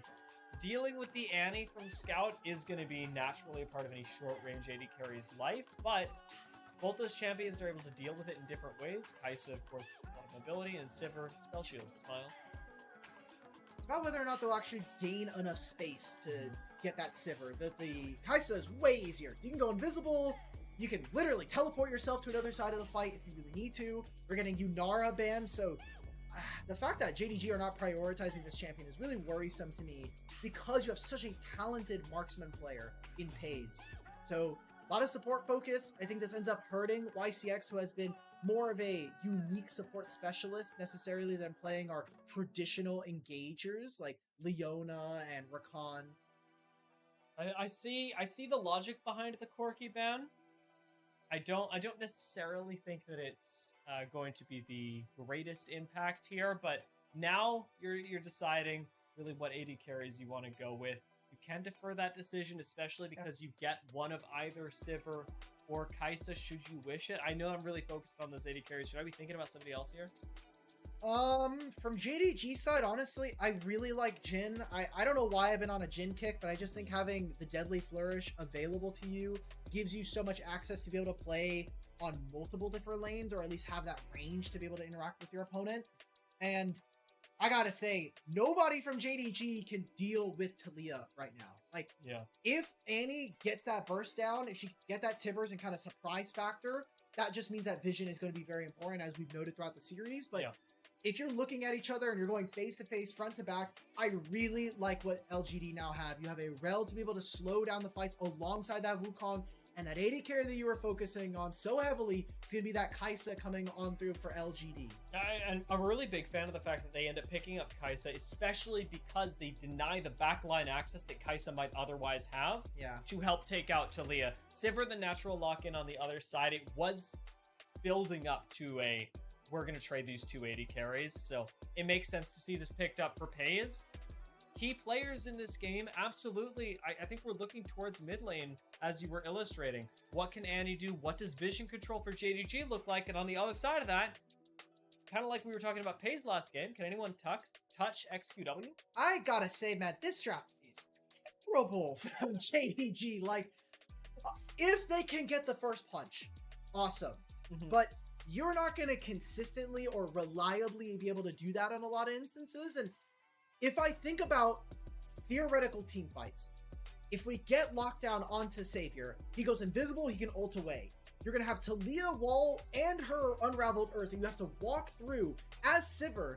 And then you talk about how short range this comp is, not just the Talia, but how do they ever deal with a Yorick who's level 11 and has an item and a half or two? How are they dealing with Wukong ult, who is obliterating and making it impossible for Sivir to ever stand tall and let those auto attacks fly? I think this is really problematic for JDG, and if they win this game, I have to imagine this is a 3-0. I have to think that if they can overcome some of the hurdles that they'll get through this draft, I don't think anything that LGD throw at them is going to be meaningful. Especially because between 10 to, I'm going to call it 17 minutes, at least last game, and I'll say in series past, we've seen Xiaoshu largely left alone. And if you're leaving somebody alone with Yorick for an extended period of time, they're not going to get the same value as, say, Rumble was last game. But that is going to have to hold on, because in these next few minutes, we're going to be finding out a whole lot more about how these teams play against each other for Game 2 of JDG versus LGD. They're cheering. It's for the JDG fans. The LGD fans are not to be spotted here, unfortunately. There's one person, I saw them, other fan signs, but it's tough. It's tough being an LGD fan, and honestly, that has kind of been the state of fandom in the LPL in more recent times. It's been tough to root for a lot of the smaller teams or non-Group Ascend teams because they have just less games to be played. I mean, we were talking about it during the pre-show, but JDG have played upwards of like 150-something games. LGD have barely half of that. So it's tough. It's tough to be able to build fandom when you're having so few games, and some of the opponents you're playing against, like an LNG or even an Ultra Prime, don't exactly draw on the same level of hype. This early sweeper from Shun takes out some vision, and actually will be pretty nice to be able to surprise people with his jungle pathing a little bit later on. There's no additional vision that gets placed by LGD, so his clear should go relatively uninterrupted. And just like last game, we'll keep our eyes on these junglers who can have an early impact, especially the Sin Zone. Alright, so he is starting Wolves, which does mean that he's going to be able to cycle his camps a little faster than his opponent. And with Climber already going through his red buff, potential for both of our junglers to end up topside, but I just don't see it as an angle. Engaging is at level 1. I mean, this support matchup bot lane is really miserable. Like, anytime Rel wants to go in with a crash down, Alistar can knock her up with his Q. You can do that, so you get none of this, and then YCX is essentially left out to dry. And one of the things that I want to talk about with Sivir, and I always try to get to if we can, is that a lot of people have this misconception that Sivir is purely a late game champion, that all she does is clear waves and she can't really duel in the early game. But when you have access to the boomerang blades, especially in the early lane, if you're stacking on the minion wave, this champion actually becomes a really potent duelist early on. So if they can continue to make these trades, I think that JDG are going to feel really powerful in this laning phase. That they are absolutely continuing to do. Bounced back into the turret. YCX takes a tremendous amount of damage, but it's the mid lane where Shun, our MVP from game 1, picks up first blood. There we go, and he does it on the way of his camps. He did 3 camps bottom side, made a trek into mid. I want to watch again how XQW ended up losing his flash. They're going to get a kill here. Oh my god. Ace does take a pretty hearty chunk, so health bars are low on both sides. Shuo engaging with pretty reckless abandon. Now missing flash himself, though. Does make this a little bit riskier. this savior that has all summoners up, the only member of the bot lane to do so, and playing pretty safely, I bet. All right, so picture in picture, how did XQW lose his flash? Oh. And thus it Oh, God, XQW, my brother. We can't be doing that. We cannot be doing that in this matchup.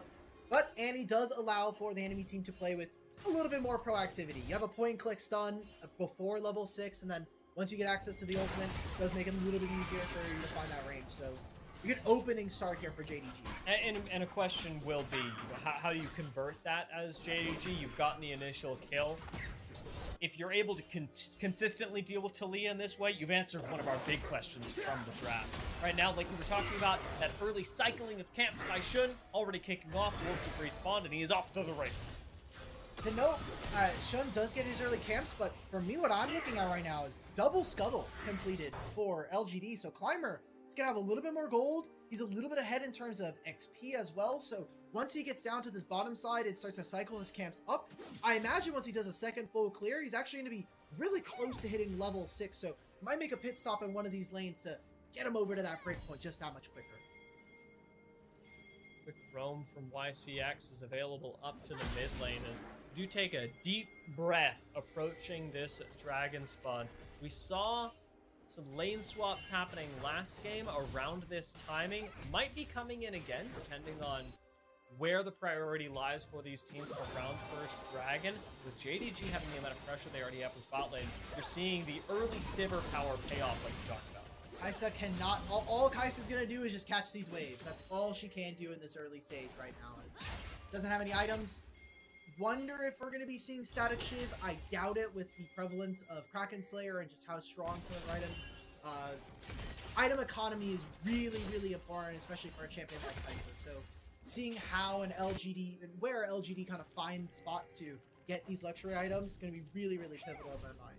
But not too much action in the early game. It was a single kill from Shun.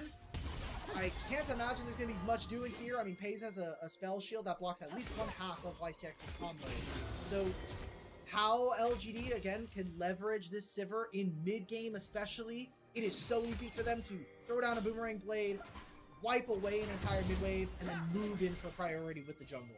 Priority perfectly mentioned right there as Shun went on the invade. Ults traded up top side as Xiaoshu does get a big chunk. Likely not going to find first blood here, as Sasu does still have flash, but Shun's waiting for him. A dive potential. Sasu backs off immediately after helping out with Shun. Again, flash available for Shun, but Xiaoshu's going to go for it first, right on top of Climber. Shun gets executed by the Yorick, and Sasu, hoping to finish off Xiaoshu, has the Maiden to help him out, and secures a double kill topside. Shun way too aggressive there, and very close margins found by the top jungle of LGD. Sasa playing on the very edges there, waiting for his HP, and really for me, what I'm looking at, whenever you're playing against Yorick, you have to kill the Maiden. The Maiden is the game changer, is essentially an entire free champion similar to like an Ivern and her Daisy. So the fact that we didn't see JDG focus that turns into 2 free kills going over to them, and you can see how close this was. Sasa ends up using the ultimate in the middle of this fight, and something we didn't touch on in draft, and we'll see the impact of it later, is the Dark Perception. Having that little baby cage on a mobile champions like a Sivir or even an Annie could make or break someone's parts of these fights. Certainly made this one just a little bit harder. I love that Sasa ends up going in for the heal, and then later on realizing, wait a minute, we can win this fight. It keeps Xiaoshu, the baby cage, in the same place for just a little bit too long. And a double kill for Yorick could very quickly warp this game. Have to see, he does have Bramble Vest, which does disincentivize Xiaoshu from looking for any plays. LGD now playing a little bit around their mid laner, and what I'm going to watch to see, XQW now having the Weaver's Wall. Can he find a way to section off a portion of the fight? They're playing towards the bottom side of the map, but they're not going to have Kaisa. This is a full commit from JDG with 5 members in topside river. Xiaoshu is dying to Maiden in the meanwhile. It's a very difficult gank to pull off again. Void Grub priority is difficult to justify right now, especially because LGD know this is happening, but Shun's started it anyway, and Scout playing point guard at the moment might be able to keep LGD at bay with the threat of an Annie engage. Climber's not ready for this just yet. will end up finding his move up intact, but the amount of time that JDG have bought is enough to secure at least 2 of the Void Grubs. Yeah, and he just teleported out of this. This is JDG's window to say, okay, we're going to recall. That is a Tibbers that has gone wide. That is why Savior does not get stunned. That was a wave and a half there missed by JDG that Annie will have to collect on the back end. Doesn't mean that Savior gets a little bit of alone time, some solo gold there. And they don't even finish the grub. They're trying to invade and push Shun out of the jungle. Escape here. Whoa. Playing a little gritty with the flash, but will end up having to invest it. Smartly ultimately used it. LGD get a camp off this, but I'd still say this is a play significantly in the favor of JDG since they got 2 of the 3 grubs. Yeah, and LGD never finished this objective. So immediately JDG, they're going to move into the bottom side. Joe's going to come out of base, fully healed up, and be in position. Whether or not LGD invests the teleport, in my mind, is kind of going to make it, but Climber's still fishing topside camps. JDG are going to get early grubs. They're going to get this first dragon of the game. Everything is going right for them at this point. And they're gonna be in a very good spot later in this game to start to take all of these charts and get themselves a piece of strength. And I'm a really big fan of the fact that they make use of Scout's teleport. It doesn't just save the plate gold that would have gone to Savior, but it immediately turns into the dragon as well. Yes, Xiaoshu is suffering in the top side, but Xiaoshu can suffer for a while. If this is suffering, I want to suffer some more when I play top. Brother is up 30 CS. Oh my god, he's up 30 CS. Look, if I'm suffering, like, look at mid lane. I'm up 20 right now. Hell yeah. Again, suffering from success right now. It's the only relevant DJ caliber you're going to get from us tonight. I mean, the matchup may not look fun, but the numbers don't lie. So, right now, it's up to LGD. How can we break this gameplay? They're going to have important item spikes coming on through. Climber's not yet there at that Trinity Force power spike, but I imagine on one item, this LGD team is going to feel really empowered to try to fight their opponents early on at least. See what kind of engages Climber is able to make once he does have that increased confidence, as Wukong can seriously mess up and disrupt a lot of the engages that JDG will otherwise be throwing. Critical to note here, I'm not going to talk about it too much unless it becomes crazy relevant, but Shwo on Alistair was something that I was excited for at the start of the day. I'm happy to see it picked up now. This could be one of Shwo's best games. Again, we'll talk about it more later as it becomes relevant. Right now, it's the fight over vision. Okay, all right, there we go. We got to be careful with the Jwo Glaze because he's been a player that has had a lot of whoopsies, not only on JDG, but back on LNG when we saw him play in Group Nirvana. So a player that we weren't necessarily expecting to join this team, especially mid-season here. But past some early game clubs, has been playing okay. Pressure's going to take an early trade. It's just setting them up to finish these grubs, which still have not gone down. I'm sure Sun's like, what the hell? This objective is still here? All right, that's free experience. Let's end up taking out the Maiden. This could be big to set up a dive, and the rest of LGD know it. Committing YCX up to the top side. We're finally finishing off the grubs. At long last, the grub will join the rest of his family. This is an important spike. We talked about first items. We're seeing that Pays finishes the Yuntals. This was shown with the Sundered Sky already coming on through, and Climber with that Trinity Force does feel a bit empowered.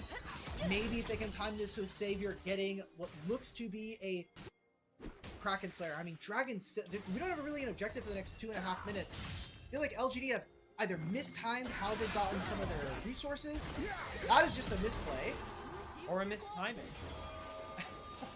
I'm sorry. I was just hearing mistime. I wish I missed a lot of this play visually.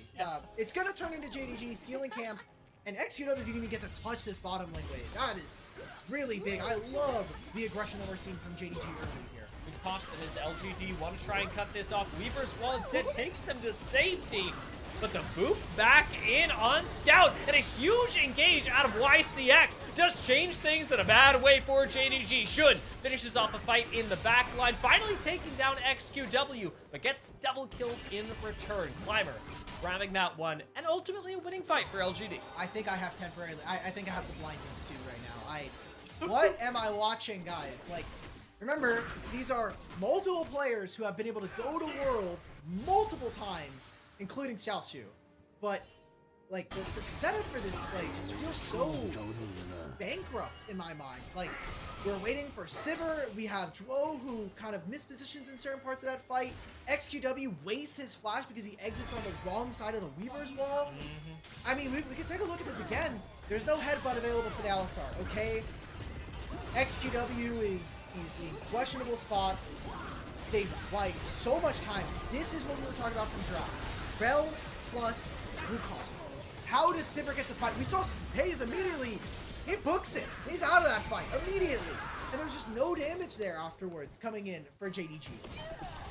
That is the tough part. I mean, really nice to see the big Rel engage, but like you talked about, the missteps leading up to it, they were plentiful. And that's just one of many team fights that we're going to see. Again, with the objectives next coming up in less than a minute, we've got the next dragon approaching rapidly. JDG were able to secure the first one with some great macro play, but this time I'm not splitting as much focus with the top side of the map since they've got a little wiggle room till Rift Herald spawns. Sasa and Xiaosu do have teleport here. Looking at our mid laners, the Scout's going to have not only the Tibbers, he's going to look to potentially teleport back. Completing these first items, for me, is going to make or break whether or not this fight is feasible here for JDG. Seems like a Malignance is on the cards if Scout can get a recall in and find a timer. XQW not having that flash, I think, is very dangerous against what JDG are showing. Xavier does go for a small trade, and I understand the feeling behind it. If you can chunk out Pays, you can get yourself and your team a chance to get this dragon. YCX ready for the engage. Climber does go for it first, though, forcing Pays out of the fight. And Shuo playing frontline along with Shun is again letting Pays walk back into this one. Sivir's going to be able to lifesteal off the wave, but up in the top side, Xiaoshu looks for a solo kill under the tower. Sasu is going to go down. And it's a nice play that ultimately is a trade 1-for-1 along the top side, leaving JDG 4v4. Okay, so Scout did finish the Malignance. I think this is still a strong face of power that JDG can play for. The Alistar is also great at being able to remove members. Xavier is now moving over to the bot side. LG are not going to be able to grab this objective, even with the trade 1-for-1. Xiaoshu ends up losing out on his teleport as well. It actually teleported back into the lane. So, will mean that Sauce is going to miss out on a little bit of experience and is going to allow for Scout to take over this wave instead. XQW teleports back into the mid lane as well while we're tracking the cooldowns, and that might be the way that LGD strike back, is using this to then end up going. He cancels it with the W. Oh, okay. Sasa, this is a good death, brother. This is you might miss out on a full wave here. So that doesn't feel great. But you stop the teleport, and this York will now have this available to them for the next 3.5-4 minutes over their lane opponent. So let's see if LGD can actually use this to their advantage. JDG grab a turret here for Scout, who is only continuing to climb in gold here and really exercising his expertise over the newer mid laner next to them. Engaged by YCX onto Shun. Reaper's wall leaves Shuo isolated with YCX, really. Xiaoshu on the other side doesn't seem to mind being alone. Does ultimately get taken down, but it is more than enough time for JDG to come in and clean up Xavier. All right, they got the dragon for themselves. They're not going to be able to push in on this wave. They have 2 grubs. How much damage can it get onto this turret? XKW, quite honestly, pretty useless in that last fight. And for JDG, layering the CC, and I mean, Xiaoshu just died the play before this and comes back and is an absolute raid boss. Yeah, I mean, Renekton at this stage in the game is naturally going to be quite scary, but it's weird to see him be as effective as... Do you want to explain this to me? I don't think I have to explain this. I think this is just a jungle taxi. Taking it back to my Grom. I'm sitting here like, what is the macro strategy for him playing? Realistically, Huber. How many jungler friends do you have? I don't. So you've never been experienced or been bathed in the holy waters that is Netflix and Grom. It's a tried and true. Just like the way he was brushing over there. Yeah. Going back in this team fight, I mean, Xiaoshu lost. Absolutely demolished this fight. I mean, yeah, it was I think an untimely ultimate there from XQW, who tried to split this fight. This Talia is going nowhere fast right now, and with how much we've been kind of pressuring and kind of looking towards mid lane, Scout and Shun can, quite honestly, very easily simplify the game plan here for JDG. Give setup for your carries and allow for players like Xiaoshu who are already commanding a lead to dominate their lane. You know, one of the first things that you mentioned when we were in the draft was the Weaver's Walls and who's going to get on top of Talia. And in a weird way, XQW has answered both of those questions. He's getting himself into the enemy team. The Weaver's Walls are really just helping that out. It has been, I'll say, difficult to execute. Maybe we'll have a few more times some redemption ultimates in the future, but as of right now, It's tough. Talking about good news stories on JDG, however, Xiaoshu playing very well on the Renekton. Pace scaling up well on the Sivir. How are you feeling about the Annie right now? Annie's fine. This looks to be a Rylai's second item, which we talked about how low range a lot of this game is going to be. I think the slow is going to give him a little bit more power. South's getting 1v1. Great time for us to do this cast call here.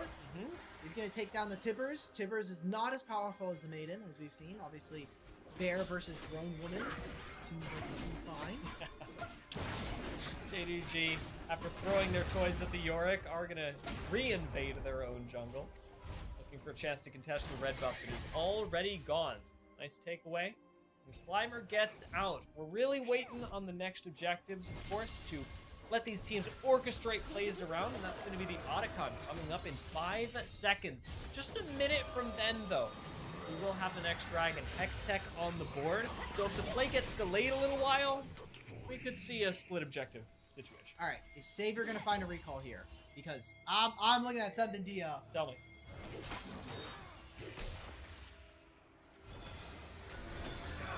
What's going on in the AD carry position? I mean, not a whole lot. 40 CS lead here for Pays, and already has the IE and the Yuntals. This is a massive spike for him, and there we go. We found that timer here for Savior to get the recall. Rageblade Kraken Slayer has to be where LGD finds strength.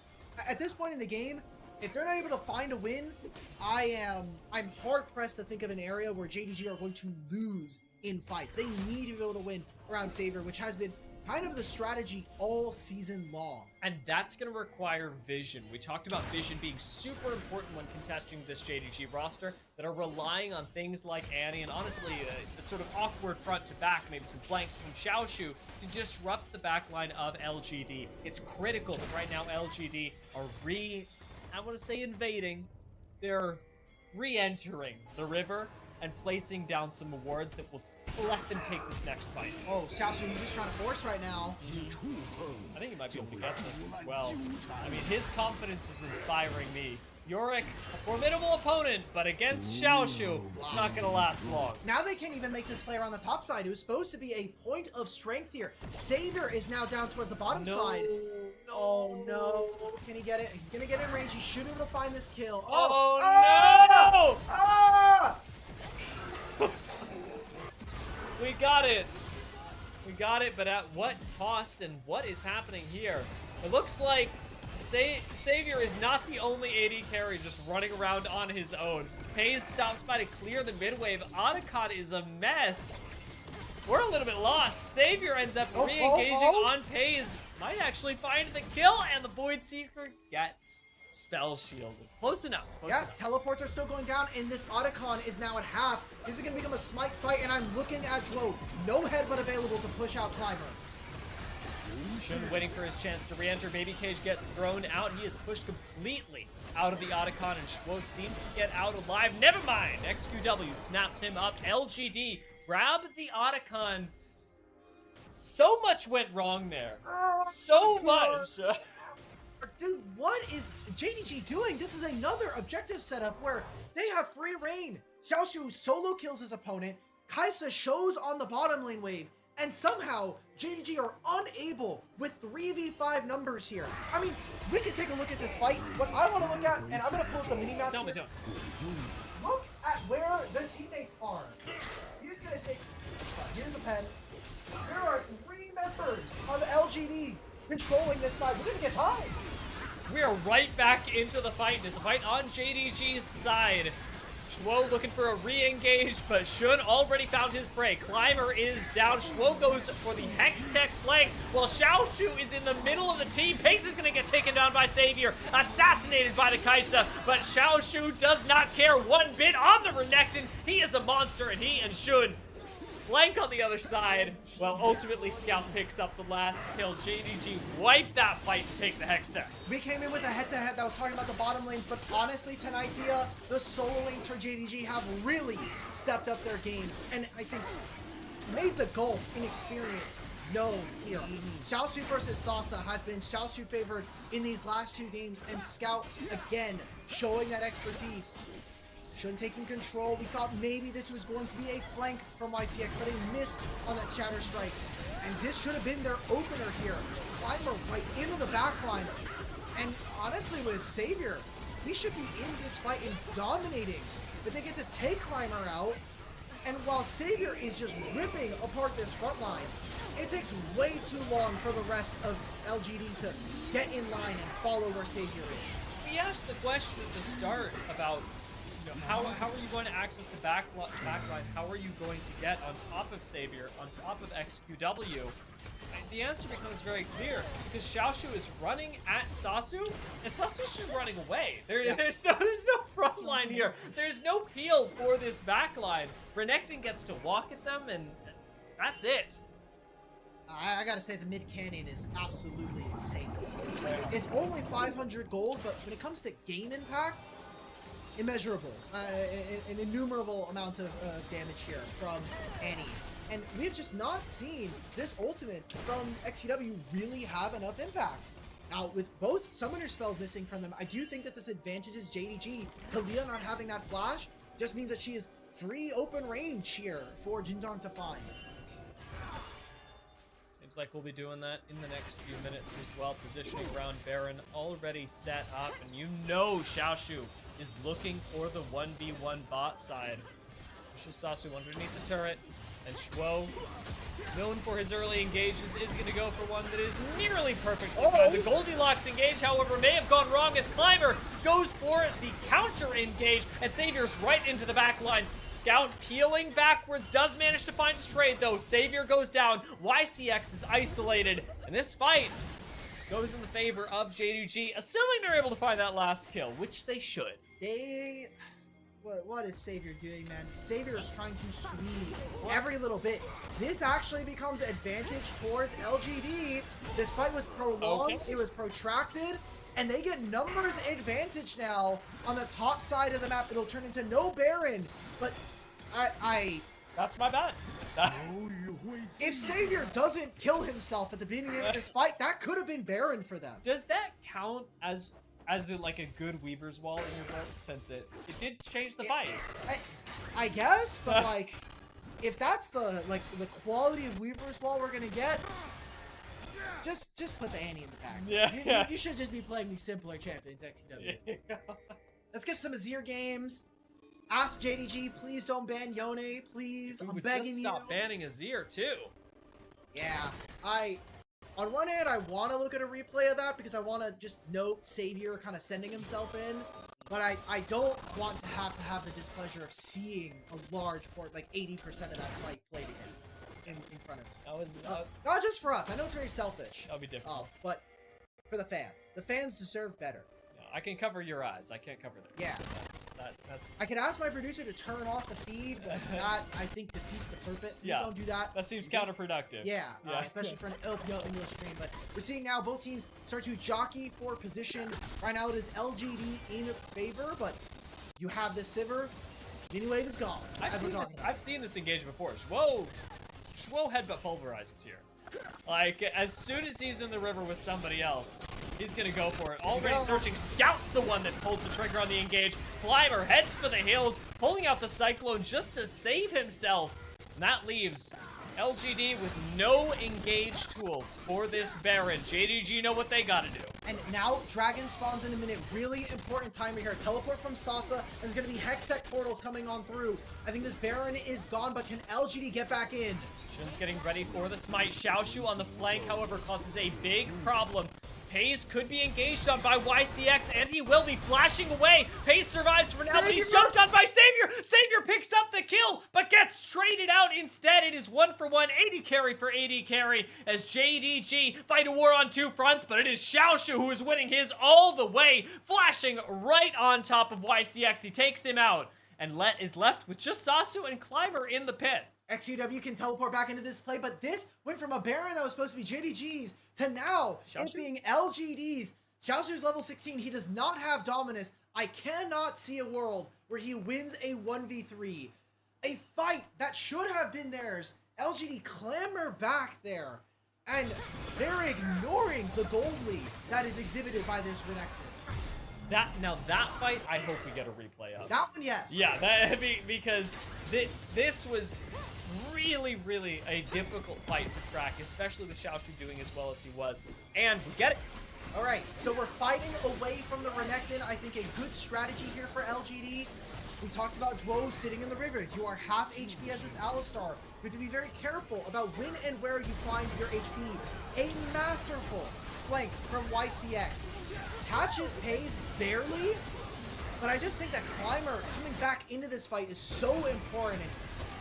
I don't know if it was a great ultimate from XPW, but him repositioning alongside him, that's good enough for me. I'll take it. Yeah, this is what I was missing because it was so far off screen, but was the who gets on top of Talia question being answered, but in the favor of LG. Nobody was really able to, even to finish off that last 100 HP. And now LGD managed to get a turret. It is traded for a dragon that JDG secure, but a few more turrets are going to go down before this Baron buff is up. LGD are going to collect a lot of standing gold. Okay. They at least got mid tier 2. So they're able to push mid. That does go over to Talia. And Savior getting very close to 4 items on this Kaisa. We noted the item differential between the two AD carries before, where Paze had found an advantage with that early coal buy. And now Savior, with multiple fight wins, starting to become a poke machine that JDG will never answer into. We were saying, okay, Talia could potentially be that issue, and she has a ton of HP from Rylai's and from Seraph's, but if Savior can just throw these Void Seekers out, no one from JDG interacts with them. But that requires for LGD to play a slower fight, a slower game for them, and that's going to require poise, which we haven't seen. Savior has been laser focused on the back line. Killer instincts. Very much saved. Assassinating Kate. Taking out Scout at times, but very rarely have been used to escape Xiaoshu or reposition in an awkward way to play front to back.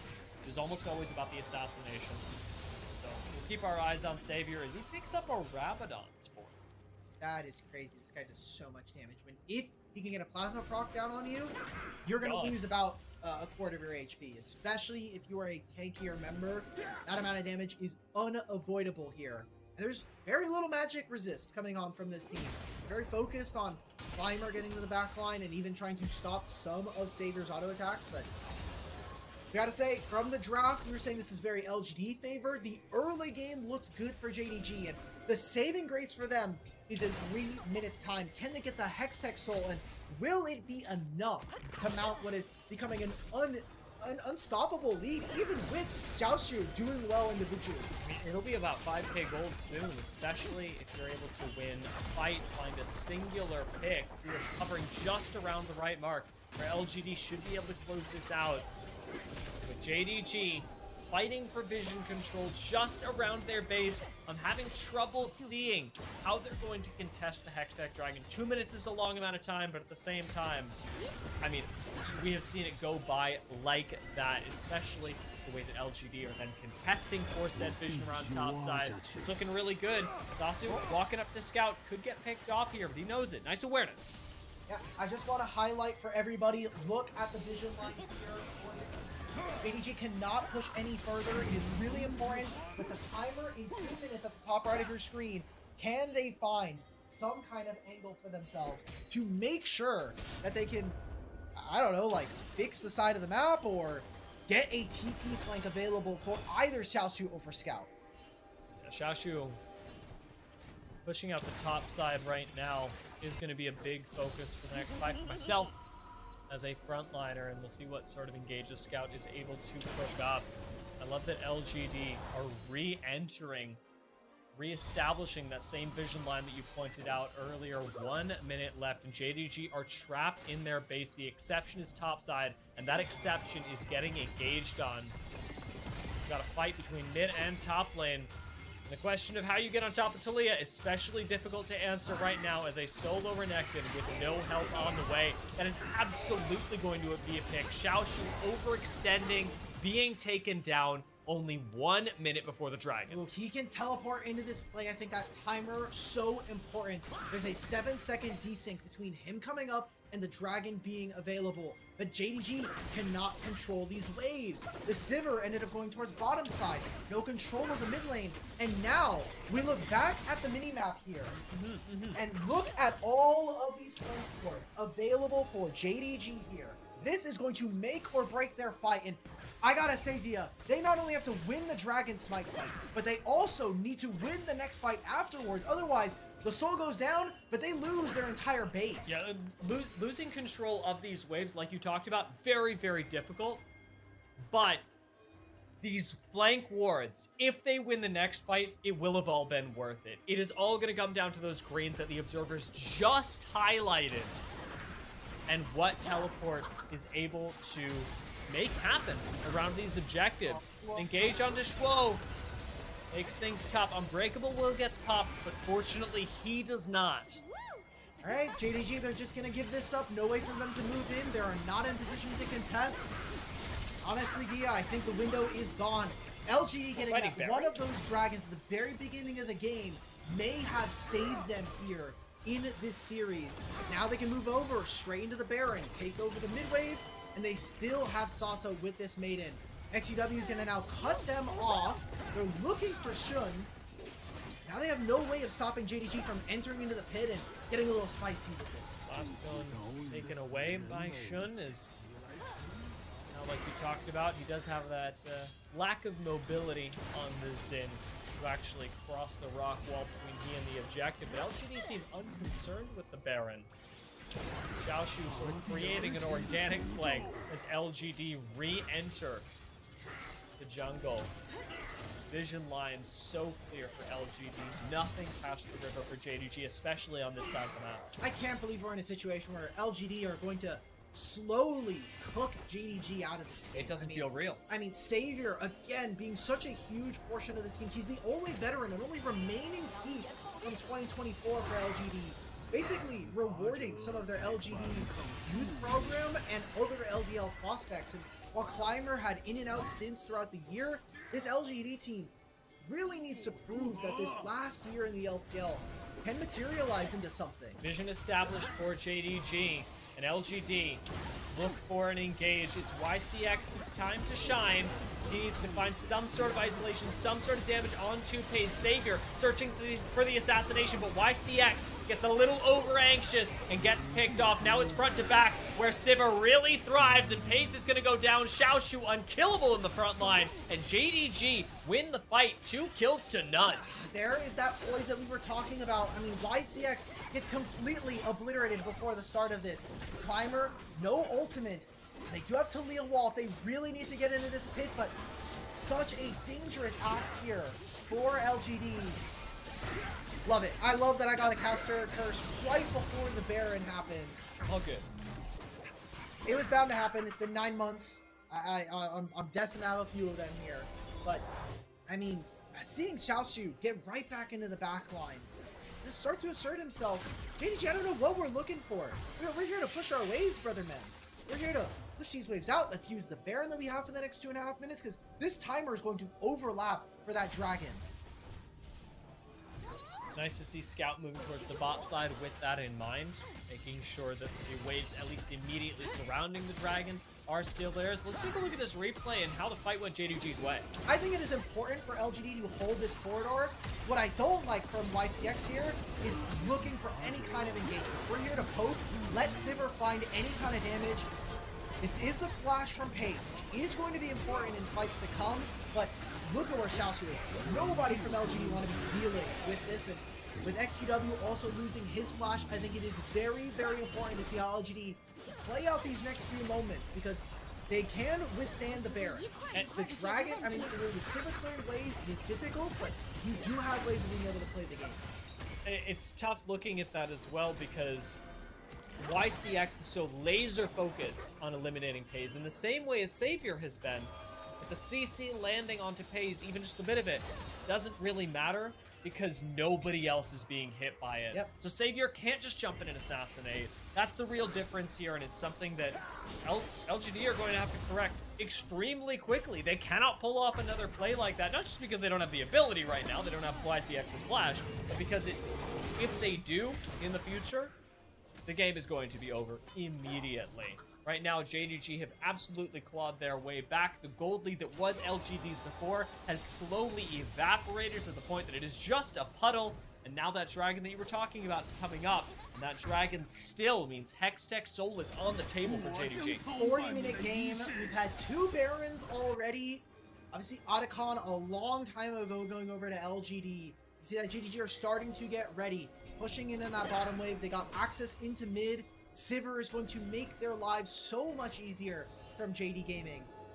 And how we see them enter, it seems like JDG are going to have to enter through the top side. Xiaoshu, this is very early. Xiaoshu is entering the Piltover way, right through the Hex gates, taking out the Maiden early. A nice bump to JDG's team fight ability, but no Renekton ult is going to hurt a little bit. Yeah, Black and Dominus. I think the Dominus is really important. Just that ability to get extra health on a dime when you need it. And while Maiden is very important here for Sasa, he still has a lot of tools to be able to play. Look at how they're playing around the vision. This is the only vision, a toggle from our observers, showing what JDG see. Climber, they know he's nowhere near in the area. They do not need to be worried. JDG have all the information they could possibly need there. Having had vision on the jungler the entire time. Okay. Out comes the Weaver's Wall. Splits the team fight really well. Counter engaged from Zhuo. Just keeps YCX from being able to close them in. YCX gets isolated. Scout still fighting Climber on the top side, and Climber engages with the Cyclone. Immediately exhausted. Into the backline, keeping Scout and Pays honest. Finally gets popped into GA, and Pays runs into the front line with Xiaoshu to try and finish off the team, but Xiaoshu gets taken down. XQW into Zanya's right now, but Pays will take him out, and it's a JDG slow but steady win in this team fight. Oh my god, Sasa's probably just gonna have to teleport out. Scout, does he get the stun? He does. It's a final kill and a full ace for JDG. There was a fight that we didn't get to see. Savior get into the backline. Climber playing a little too much in the back. He was away from the Dragon Pit. It gave a free smite over to JDG, and that was the soul. And most likely now the game. There is no death timers in time here for LGD. Yeah, we did talk about the next team fight you whiff. Likely means game, and we are seeing JDG have the exact same thing in mind. No chance to play the game, unfortunately, for YCX, and that'll be 1 and 2 Nexus Towers. JDG going up 2-0 against LGD and putting themselves that much closer to playoffs. 42 minutes, and we said from this draft, if LGD couldn't win this game, it was going to look tough going further into the series. They have more limited champion pools thanks to them playing in Group Nirvana, having fewer games than their opponents. And just from an eye test and what we're seeing, there are moments here, again, where LGD look better than their opponents, but execution has not been there, and I think some of their members from LGD are kind of letting them down here in this important game. I think it is really difficult to coordinate in this as well, because the composition that we saw should have been, from LGD, really good at isolating specific targets and being untouchable with the Taliyah, when realistically, because of the way that mid-game went for JDG, I think LGD really felt like they had to be the ones moving forward, trying to take engages, and Taliyah didn't have the chance to play at a distance. I think a very perfect, package of how that happened, or maybe the feeling that you're describing, is just watching Savior throughout this game. Like, the first 25 minutes, he's ulting forward on any individual target and trying to squeeze a kill. I don't think that's necessarily right, and we saw that multiple times. He would go down and trade for it, and it becomes a trade that's favorable for JDG. I don't know if maybe LGD are feeling a little nervous. It obviously is potentially their last series of the year, but I expect a little bit more from especially a player like Savior. And I'll be honest, the mid gap was kind of disgusting this game. You're liking Scout this series. You were talking about him a lot in game 1 on the rise. This Annie game got a lot of credit from you as well. Yep. I mean, it is clear that he's outputting not only a lot of damage, but a lot of utility for the team in this fight, especially in that last Dragon engagement, where he was tracking Climber the entire time. Yeah, I want to say Scout is playing well, but I think his opponent is not. Like, it's a battle of two things. Like, two things can be true at the same time, and XQW has not been a player that has been super consistent throughout the year. Most of the time when XQW has played, he's had really, really hit or miss games. I think of his Yone as one of his best champions, but there have been times on Azir, on Rise, where he has made, in my mind, game-losing plays for his team. And while there isn't one moment that I can maybe pinpoint here for his Taliyah, I think the lack of impact is something that XQW and the rest of LGD are going to be feeling in this game. Yeah, I mean, the nice thing for them, they can't draft it again. I am going to be happy to see yeah, that. True. Yeah, maybe the Yone gets picked up. I would really like to, especially if this is going to be LGD's last game of the year. Selfishly like to see the Yone be picked up because it is something that is so signature to their mid laner. And you really don't see that many other places. A lot of times, players with specialties like that, it is easy to take them out, but we did see JDG considering, hey, are we going to let XQW have this, or what? And maybe for Game 3, they let them. Yeah, it's tough when you have kind of specific champion specialists, especially in Fearless Draft. You don't get access to very many champions, and usually in best of 5s, you're going to have a lot of time to be able to scale. LPL Gold Graph of all time, LGD get back in, but are unable to close out this second game. It's a matter of experience and really the difference in the solo laners. Now, Salsa has been, I think, a little bit better than his mid lane counterpart, or his mid laner on his team, but Xiaoshu has just absolutely stepped up. He's embodied a lot of the problems that JDG have had in Split's past and really rose to the occasion so far to be a guy for this team. I just want to be super clear about this because I know we're approaching MVP time. Especially after this game. Oh, it's Sean MVP, of course. Oh, no, not again. I mean, it very well might be, based on whatever happened in Game 1. But Xiaoshu looked so good on the Renekton this game and really helped a lot of the early, I'm going to say like early mid-game team fights go JDG's way. I'm watching this fight. YCX was actually about to get over the wall, but the wall bounces him back into his enemy team. And then, like, here, I get it. Again, YCX looking for an engage. It was actually a really clean fight started here for LGD. Just, I don't know. I'm coming to grips with the fact that while we have been excited for LGD all split long again, LDL champions in jungle and the mid, and the rest of the team being relatively high performers throughout all of 2024 in that developmental league, I don't necessarily think that we've gotten a development from every player. Again, progression is not linear, right? Yeah. Not everybody's going to take the same path. Obviously, Savior being a veteran on this team, and you have Meteor in the background as a famous LPL player trying to help Climber, but I think we haven't necessarily fixed a lot of the issues that XQW has had all year long, and other players have stepped up, but mid lane is an incredibly important position in competitive. Yeah, I mean, I think that you're using, we have been excited about them. I think we can still be. It's difficult in this specific best of 5 to be looking down the barrel of a 3-0 and going, I'm really excited for this. But the development of the roster, like you talked about, being non-linear, I think that this is still a team that has shown some really interesting and nice moments throughout this series alone, because the early game went really well for them in Game 1. The mid-late game went really well for them in Game 2. They aren't able to put these pieces together. They aren't able to close out games because of them. Being able to find advantages like that against JDG, even a JDG that maybe hasn't been in peak form this split, is still something to be really proud of in your first year out of LDL. Agreed. This last fight we didn't get a replay of because it was basically the end of the game, but really strong vision control from JDG, from Scout as well, playing Human War to find Climber. He never got into the pit. It opens up the Hextech Soul, and like we said, you take that Hextech Soul, if you win that fight, imagine the game has to end within the next few moments afterwards. So, MVP, I agree, Xiaoshu probably has earned himself. I could see a Scout. Could see a Scout MVP too. Scout. Let's see a Scout. I think that Scout was kind of robbed in game 1 of that, so Yeah. I wouldn't be too upset about seeing it. And he has been really good, especially about with these mid laners that bring a lot of CC to the table at actually controlling the fight in the way that you would expect and hope for. All right. Pocket Sand Shun. Okay. Okay. All right. I'll show. There we W. go. I was very, very worried there. I know we both were. Yeah. We were like, oh. Yeah. But Xiaoxu does earn it. A very impressive performance, not only in the Renekton, but this entire season, joining JDG here in split number 3. Unsure, considering he was coming off of the Royal Never Give Up team that got completely eliminated from LPL and relegated down into the LPL. So glad to see that it is working out for him, and another playoff berth potentially on the cards here if they can win one more game. Yeah, I mean, he has really been a rock for the squad, and I think we've got a lot to look forward to from him, not just here, but again, with the third game on the horizon, potentially in playoffs as well. He's on the come up and actually put on some carry pants there in this second game. We'll find out what happens in the third. Will Xiaoxu come back? Will we see Scout maybe grab an MVP? Will we see LGD take a game? We'll find out after this.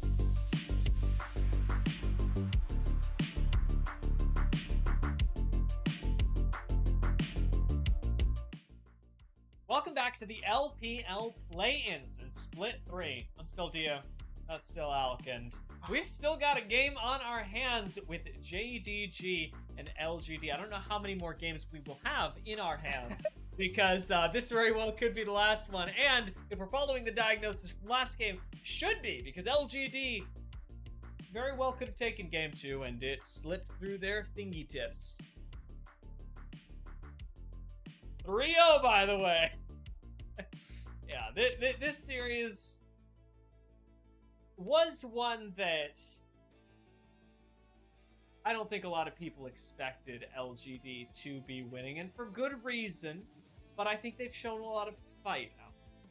Yeah, I think fight is a word I would use. They fought. They definitely. They're fighting. They could win this game.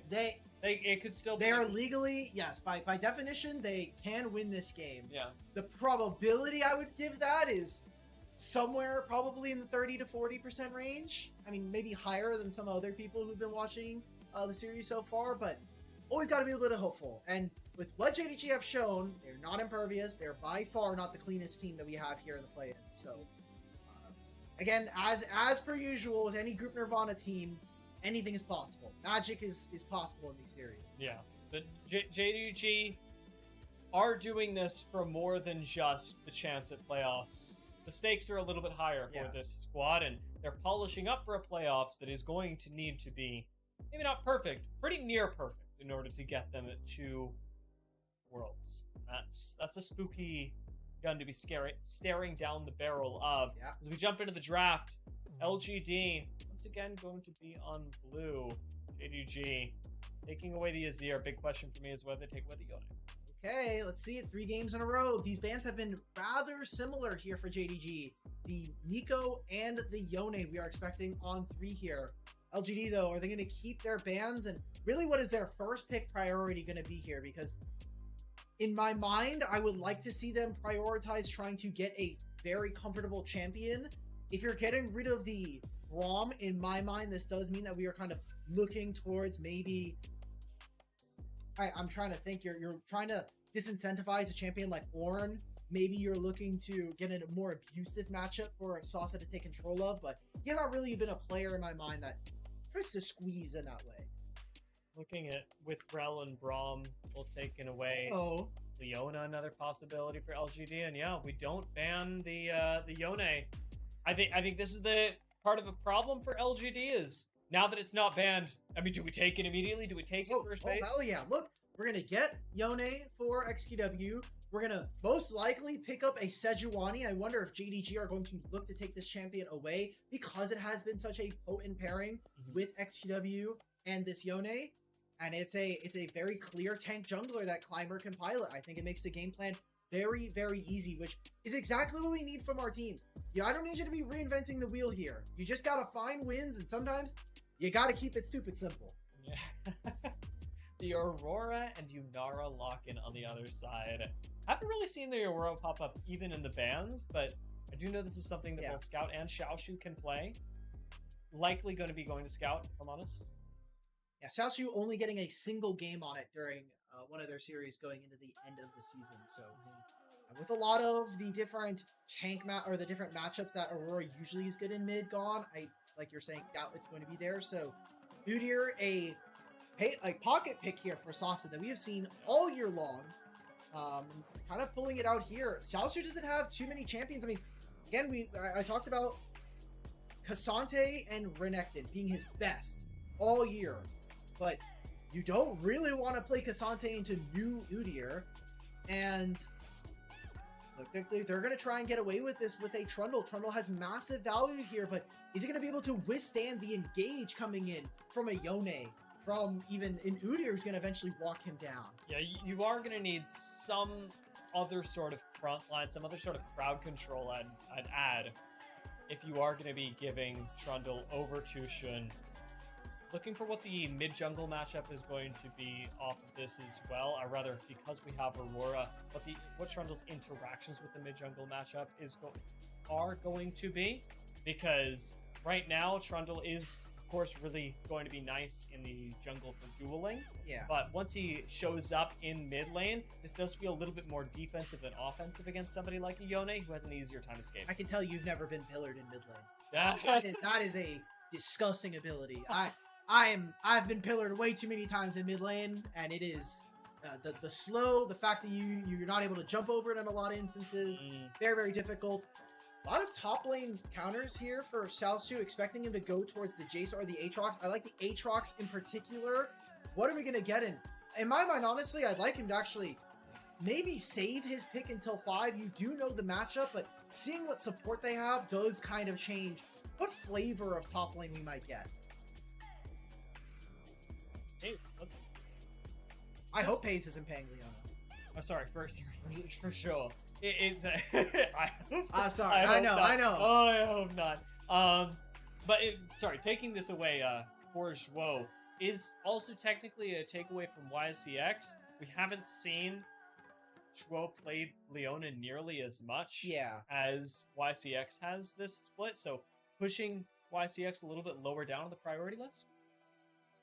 So all of the engaged supports are gone, and YCX has been a range support enjoyer. That's why we saw the Renata gone. We saw him play an early Seraphine. We are getting Taric back in. Now, not the first time we've seen Taric this year, but we have started to see a little bit more play. We saw at the beginning of play-ins in that game 5 between FPX and NIP. And if JDG are going to play a low and slow, kind of low-range composition that has to walk into you, Taric is going to absolutely obliterate this. Taric kind of slaps, and Taric with Sejuani and Udyr, Taric with Yone. Oh, God. There is a lot of potential for this support pick. I didn't see it coming, but I'm very, very glad it's caught me by surprise. Answer on the other side is going to be Jax for Xiaoshu. Right. This could solve a lot of problems. Jax, very strong, but... Yeah. Jax is very good into both solo lanes here that LGD are showing. Talking about the laning phase, I do think that LGD are going to be able to find windows to be a little bit more proactive. We need to see how XQW and Climber end up interacting with each other. But when I look at bottom lane, I gotta say to you, level 1, level 2, they actually can play very, very aggressively into Paze and Zhuo with that stun that Taric does have available, and Valkyrie being an incredibly powerful tool that Corki has, especially early on. So will we continue to see Savior and YCX actually slam Paze and Zhuo in the laning phase? And a bigger question is that going to matter in this game? It's really difficult to pinpoint what exactly is going to matter enough for LGD, because they've had early game successes, they've had mid game successes, they've had even some late game successes, but they've never been able to chain those sequentially into a win. So when does mattering cross the threshold? When do LGD convert from an advantage into a win? This is their last chance of the night to do so. If they aren't able to find and abuse an advantage here, they will be going home for the year. JDG, on the other side, have a chance to secure their spot in the playoffs. Game 3 right here, right now. 欢迎来到英雄联盟。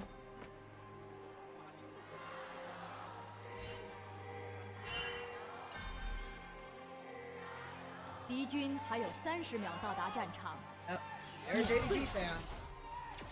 Still waiting for the LGD fans.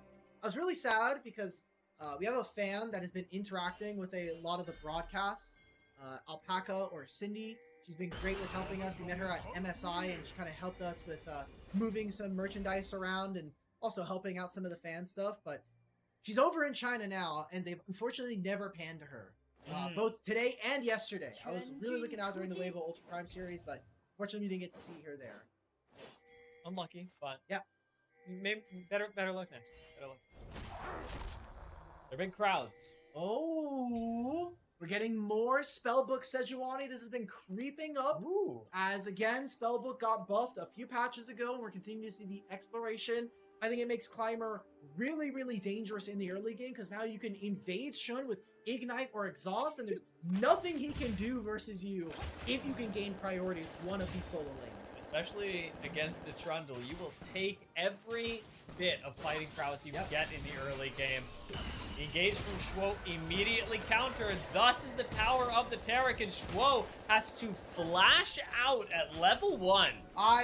This is why you never want to be able to be in this situation as a Leona. Like, Taric is always going to counter you. He's going to have that shield, and then you're playing into early game Corki. Level 1 Corki is one of the most disgusting lane bullies. And now they even get the cleanse out from Pays, and I gotta take a note of this. Look at where the junglers are heading down. They're moving in this direction. Yeah, we are burning summoners on cooldown, and it's no wonder we're attracting attention. In fact, the junglers may not even get here before we get some kills. Stun's not going to land. YCX flash from Pays to secure first blood, and Savior may go down as well. Flash from him into the cleanse. Savior manages to stay alive, gets shut down by Schwo. It is a bloodbath in the bot lane. And the wave is pushing in favor of them, so this is going to be a huge amount of golden experience that is missed by LGD, especially for Savior. He barely hits level 2 in the middle of that, and that was the advantage that JDG were playing around. Junglers are still heading down here, and that is a raw solo kill from Scout. Solo kill from Scout, early wave push, and the kills from JDG in the bot lane. This is solving a lot of the draft issues. This is slowly but surely doing it. We were worried about what the Taric would mean, but the counter engage doesn't go their way. Just this right here, I love the distance and the difference in where Pays and Schwo are playing. It makes it hard for YCX to properly put down that Cosmic Radiance, get those stuns down. Yes, it's the Summoner spell, and you do trade that from both of the AD carries, but in mid lane in particular, this was a champion that we've been waiting all series long here for XQW, who has played this champion to perfection in other series. This is not the time to be faltering in that mid matchup. And in strong, hold that thought. Stun gonna connect.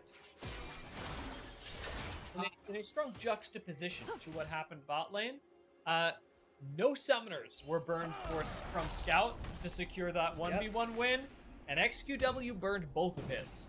If XQW had Q3 on that last trade in mid, maybe they kill Scout, at the very least force another summoner spell, but if he just TP back in, he's already pretty low.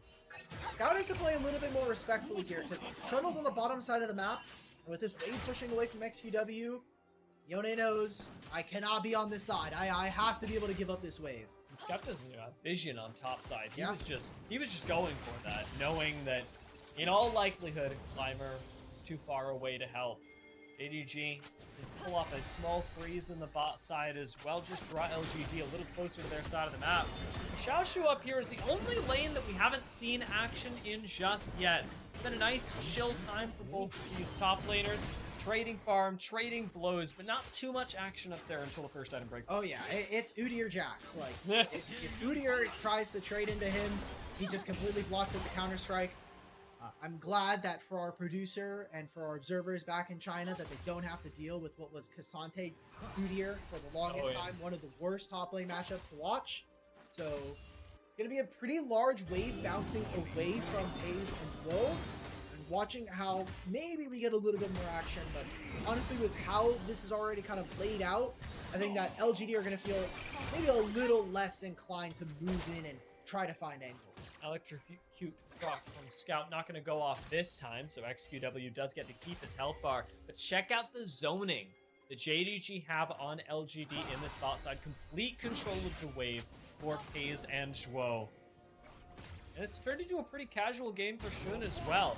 We finally got the Infernal Dragon available, but completely unbothered. Xiaoshu jumping forward, doesn't quite get the kill. Alright, that's the Grandmaster's might, really important there. Xiaoshu's gonna push out this last wave, probably just retreat back to his turret. But what I want to note is the experience differential between our two AD carries. It's quite massive. Right now it is being built back up here by Savior because he catches this large wave, but depending on how this mini wave looks when we go back and pan towards bottom lane, Pays is gonna hit level 5, he's gonna be in a really strong position, and if we're talking about bottom laners, by extension, looking at these two supports and how quickly they can hit level 6 can be a game changer. Big field mid lane.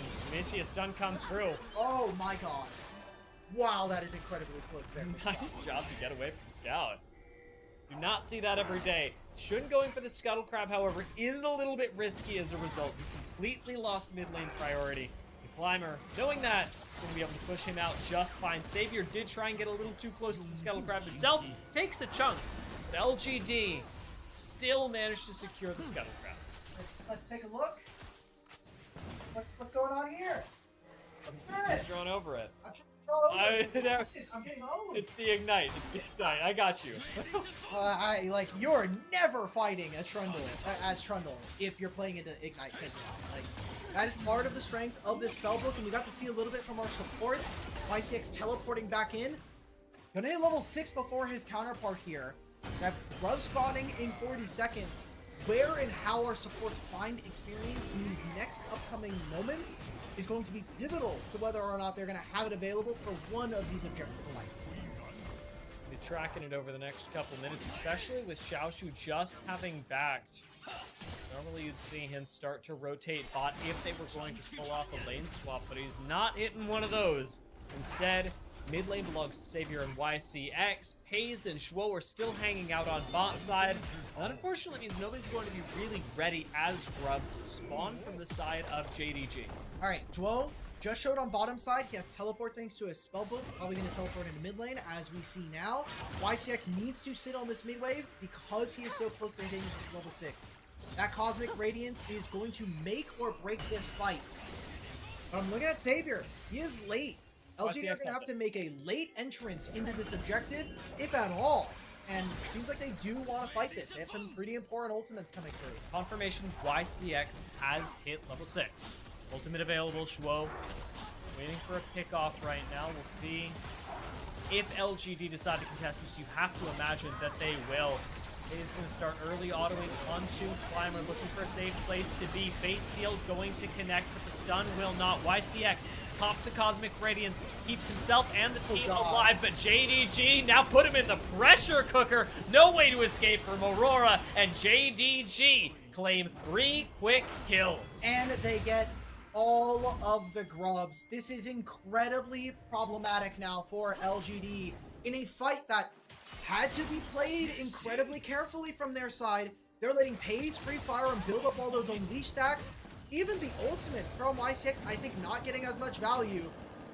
A single auto attack away there and an amazing counter strike from Xiaoshu keeps him alive. But think about this team now, Dia. Like, Grubs, all 3 Grubs on Aurora and Jax. They are going to rip apart these side lanes. I mean, look again at how this fight starts. It's a ultimate from Climber that nobody can take advantage of. XW eventually finds this ult, but the timing on it just completely whiffed. And the Cosmic Radiance only on the 2 members. This is not what we wanted from the Terror, and an amazing fight from JDG. And for the very small time that XQW was kept immortal, or functionally immortal, nothing got done. Yeah. No damage was realistically dealt by the Yone. I'm going to call it maybe 700 HP. And then all of a sudden, you can't leave. Scout pops the ult on top of everyone, and JDG get to in close range with the Trundle, Jax, and Yunara have their way with you. By the way, remember, this game started with them being 3-1. This entire start. So JDG already had the piece of warfare. Now they get the first objective. They have their bottom lane in position to move if they need it. This is a really interesting lane allocations. JDG are deciding to put this Yunara and Leona in mid lane, while JDG are trying to move away from having Jax in a very powerful spot, but it requires for Savior and YCX to be up in top side, which allows for JDG to have a little bit more say and decision power of whether or not we want to move into top side and get vision, help out our Jax, or leverage some of the strength of Aurora, who will have ultimate coming up now. Do we want to play for this dragon now? The dragon was really what was standing out to me as you illustrated this, but watching Shuo move up towards the top side, it does seem like the defense of the turrets is taking precedent over anything else.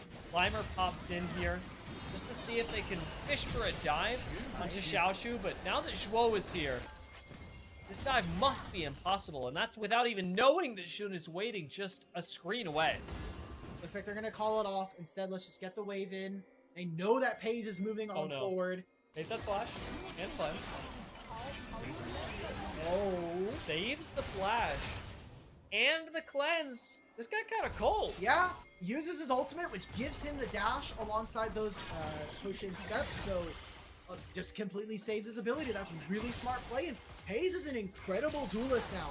Kraken Slayer completed for this Yunara in a very strong position. You can start to see those item completions come through for JDG. Trinity Force finished for Jax. Trinity Force soon to be done here by Shun after one more camp. It looks like he is pulling the dragon now.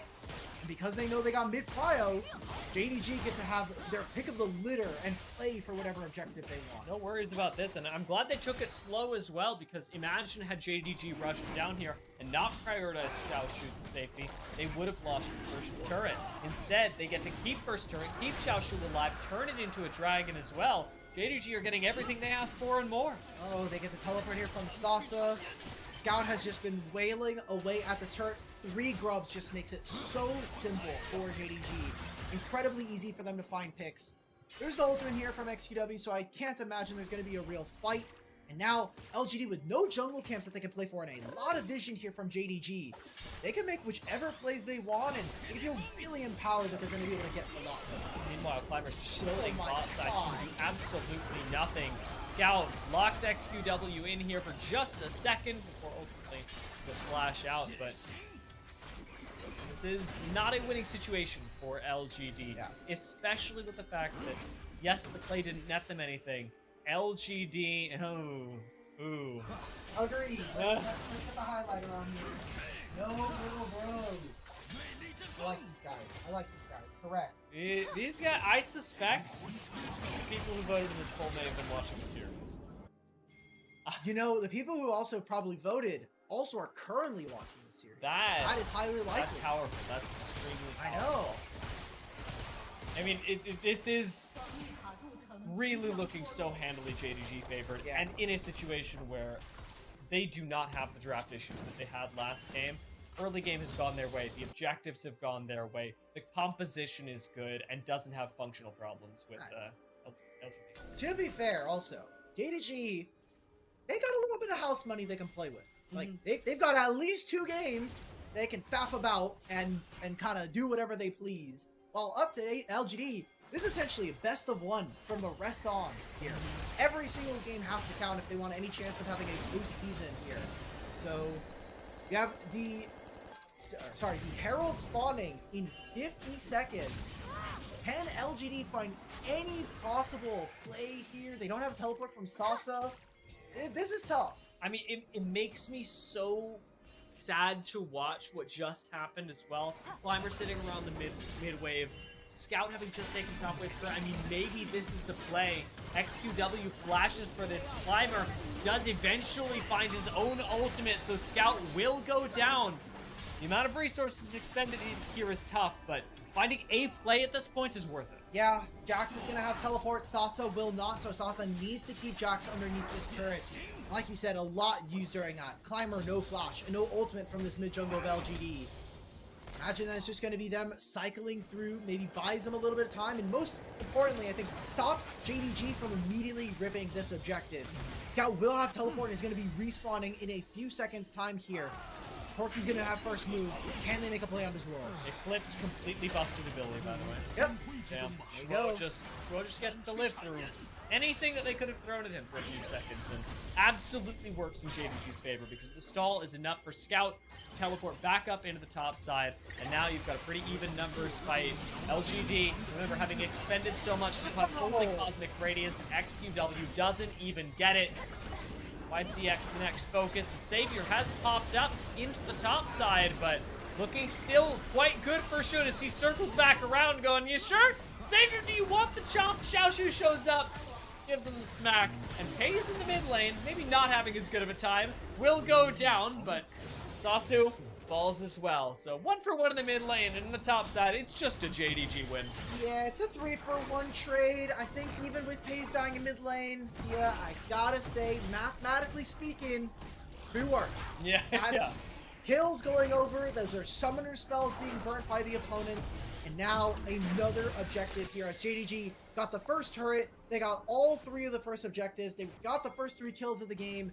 I am struggling to see a situation here where JDG at all find windows to lose this one. We did see the compositional hope of LGD for just a second around the top side. They do have some pretty incredible ability to lock one person down and say, sorry, not today. If around these side lanes they can find picks, I'm not going to say that'll get them enough of a way back into the game, but it'll certainly give them a better chance of being able to play the macro game with the numbers. Hey, look This at a great example, but again, Schwo with the Eclipse, busted ability, gets to live through all of that. No Cosmic Radiance available just yet. Means that LGD have to fight this out with their raw health bars. Exhaust is going to go down onto Pays, and Pays will fall. Numbers advantage secured by LGD. Shun being chased down now as well means that Scout's got to come in from the side and save the day. He and Xiaoshu clean up the back line, while Sasu is still looking for Shun, and granted, might find him. Oh, wait, he's Hold getting on. so much healing. Subjugate, and the lockdown. And he The lives. Shirado gives him the last bit of HP. It is 14-4. I think we gotta say it now. They're gonna spawn Herald in mid lane. It is looking like a shutout here. JDG want to prove that the only teams coming out of Group Nirvana are gonna be EDG, and they're gonna be NIP. This is the next step for JDG. We did talk about them finding their comfort style at the start of the day. Now that we're seeing the early success unquestionably pile up for JDG after 3 games of watching them play, what is that comfort style looking like for you? What are we expecting to take from the series into the rest of playoffs? I think a lot of why we saw JDG succeed, especially in their last 2 series, the ones back-to-back against Weibo, what we saw is when Xiaoshu is cut out of a game, this team lacks direction. And while this Jax is very, very powerful, the solo lanes are really, I think, making a huge difference here in this series. We have spent a lot of time talking about Scout and XQW, but again, Xiaoshu on this Jax, and in particular, the different impacts we've seen from them so far throughout this series and throughout the year has really made it so that this team is incredibly solo lane focused. You could say what you want about having a carry jungler in Shun. You could talk about Pays having to be a secondary carry for this lineup, but push comes to shove, what we've seen so far in Split 3, it is all around Xiaoshu and Scout. Even with Shun being backed into a corner there, it is ultimately Xiaoshu and Scout to come back and save him. Now Shun frontlining for that same backline. XQW does commit, might even find the kill onto Scout here, but the burst is enough out of this Aurora to take him down. Not losing a single person. JDG, clean house on the top side, set up for whatever they would like. There's no objective here, but it may just be the next couple champion kills. Shun gets a little too close to Savior, goes down! We're throwing. Yes, guys, this is the one kill. This will save us. It's coming back. We're coming back from a 7,000 gold lead at 19.5 minutes. And if you want to be able to clean out those gold leads, if you want to be able to punish your opponents like the pros do, you can go ahead and take a look at our sponsor, ProDiff. We have a code for them at LPL 10 to save 10% off, and this is for one-on-one coaching with a variety of different professionals coming in from the ERLs, the NACL, and current LTA professionals. So if you want to get access, you want to see how to snowball leads like JDG, you might be able to tap in on our sponsor. If you're able to play like they are this game, it'll be well worth it. Watching JDG win this, even with an immortal XQW in their backline, this is the dream for LGD. And even their dream is not quite enough. Let's just be clear. The Yone has not really gone off to the best start. Remember, getting solo killed early on. What we talked about from draft, part of the reason why we've seen this combo work so many times across the league, but in specific for LGD, is seeing that synergy between Climber and XQW. 2 players that were brought up from LGD's youth team and won the LDL just last year, but not seeing it this game, and really a disconnect between these two, leading into more and more troubles here against JDG. Is maybe getting caught out again. This time, though, does have Flash and Cleanse up, so will not be a replay of last team fight on our screens. Gets away, and this is where things get really difficult. When Pace has Flash and Cleanse up, when the escape tools are available for JDG, making a play for LGD is that much harder, and they've got to do it around Otacon. Sasu gets into the front line, but Schwo just takes up a lot of time. Triple man stun out of the Counter-Strike, and in comes Scout with a nice bit of damage. Keeps everybody from LGD in the same space. This is a tighter fight for JDG, and one that they are still able to come out on top of. Savior backing off, does immense amount of damage, but the pain of being pillared is going to cost him. Gets chomped, gets taken out. It's a triple kill for FaZe, and JDG return to the game state that they know and love, dominating the enemy jungle, and this time taking the Otacon. That was really close, because if you're sitting around Otacon, it is shredding your resistances the entire time. And that was a very tricky spot for them to find that. If that goes even slightly more in LGD's favor, imagine they take that objective. We can take a look at this one more time. Dwo immediately bursts it out. As soon as they come over, that's the Dwo we know and love. Maybe a little hate watching there. But this stun from Xiaoshu on the 3 members sets up this between worlds. And right here, I gotta say, this is where it gets a little dicey. Not only does XQW miss out on the Q3, but this Otacon is ripping away at JDG. But I think the gold lead is just too much at this point. When we come back to live, I really want to focus on mid lane. He's going to have the Otacon completed, which gives him more adaptive force, more experience. This is going to essentially be a 5,000 to 6,000 gold lead in the mid lane alone. Yeah, this game of all of them has been the one where Scout's impact is most evident to me because of his ability to impact the team fight on a large scale. And we're going to see that once again. Waiting on the between worlds to be popped, and out it goes in the middle of the Cosmic Radiant. Scout is zipping around the battlefield, this time setting FaZe up for a double kill, and it is LGD being maybe not so gently reminded that this game, this jungle is not theirs. It is a quadra kill for FaZe, and they are looking for the penta. Climber doesn't want to give it to him, but he knows. Oh no! Scout, what are we doing? And you know what's the best part? There has been 3 separate pieces of content from voice comms of JDG members taking the pentakill away from FaZe, which is, I think, ultimately the best way for them to end this. This is, I think, his 3rd penta potentially stolen from him. I know Shun almost got one earlier, and FaZe stole it in one of their last series. So unfortunate, and they were really, really squeezing for that objective there. JDG are going to get even more gold, and this just feels like we are doing last moment flourishes before we send this team off the playoffs. I mean, Climber even gave it to him. Yep. That's a scorch diff right there. Okay. Look back at this fight. We're talking about it. Was the Cosmic Radiance going to do enough? No. But is Tarek really to blame when the rest of your team is so far behind? Because you have no damage to be able to do this. And then the rest of this fight, I think, pretty easy. Xiaoshu, again, this Jax is so powerful against this team. All right. Let's hit the slow-mo LPL observers. I need to see it. Let's get the sports from. Yep, there it is. No. Thank you, Scout. Love you, buddy. Climber even stopping for it, and then it not going right. It's even worked up. I think that, especially after having watched the conclusion of that team fight, LGD are no longer in denial about what is going on in this game. Oh yeah. If Climber is S-keying on the turret, they know that this is a formality, and the next couple of minutes should be expedited by the fact that now we've got a Baron on the menu, and Baron is very, very good at closing out games when you can take fights. Fights like JDG can take fights. Okay, so now Dia, here comes the fun part. Because JDG are so ahead, the Baron's gonna give them 1,500 gold. Yeah. They're already almost 1,200 or 12,000 gold ahead of their opponents. Yeah. So imagine goes up to 14. They're also going to be able to take over these last couple turrets. Do you think we're going to get a 20k gold? We've been getting them a little bit more recently. Maybe if they decide to give a triple kill over to Xiaoshu.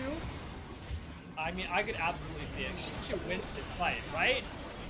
Maybe not 4v5. Scout. Oh wait, he's got some assistance. Xiaoshu at least living for now. Counter strikes and gets away the flash to take him out of the Tarek stun as well. Scout is here to back him up. Xiaoshu recommits into the counter-strike, finds another stun, is still alive! JDG are styling on him! Oh my god, let's go! Solo lanes on JDG. They're gonna look to put the finishing touches on this game. 30-7. Soul be damned. Let's get this over with. Yeah, I mean, we don't have the time to hit 20k at this point. YCX will fall. JDG completely undaunted in this third game. First game was close. Second game was closer. Third game, JDG send themselves into the playoffs and up for a chance at redemption. Oh, man. That's tough. That last fight is very fun. If you're a JDG member, you're having fun. LGD, you kind of got styled on in that last part. But with a gold lead like that, I can't imagine you're going to be expecting much else. Congratulations to JDG for making it into the playoffs. I think not an unexpected result coming into the night, but with the form that we have seen from them, anything is possible. There was always a miracle chance here for LGD to make some upsets happen. Yeah, this was a nice start to the series. Game 1, Game 2. I mean, Game 1 actually really taking me by surprise because there I very much felt like there was a draft disadvantage from LGD, and yet they still had an advantage in the middle of the game. So that was very cool to watch happen, especially after the 0-3 predictions that were coming to JDG. Yeah, and the thing I want to say for LGD is, yes, I've been hampering on mid lane. We've been talking about some of the weaknesses of this team, but a reminder, not only are they a Group Nirvana team, but this team unable to find another win outside of Split 1 in a best of 5. And for the experience or lack thereof on this squad, I think does kind of speak to their performance here. If we're talking about positives to take away for LGD as we say goodbye to them for one last time here in 2025, it is that I think that we did get some growth from some of these players. I think that Savior and YCX showed that earlier on into the year that they could actually toe the line against some of our better teams. And Sasa, I think, is an interesting enough top laner that some teams should be willing to maybe take a look or take a try on. The thing I'm probably the most disappointed about in this team is Climber.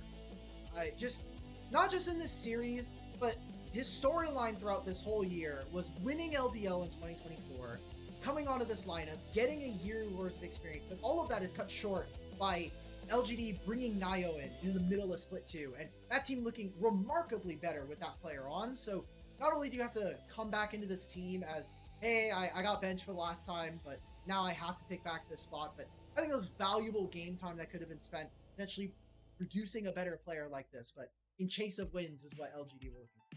Yeah, this was a difficult year for LGD, especially with the instability that they experienced during Split 2.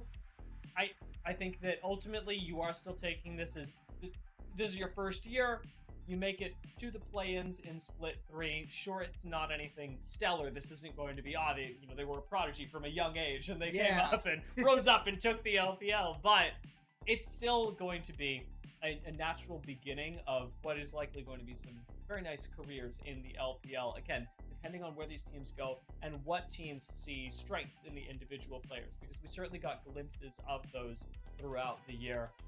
Very, very impressive day from them, and again, I really want to emphasize that across Game 1 and Game 2, the game advantage states that they found themselves in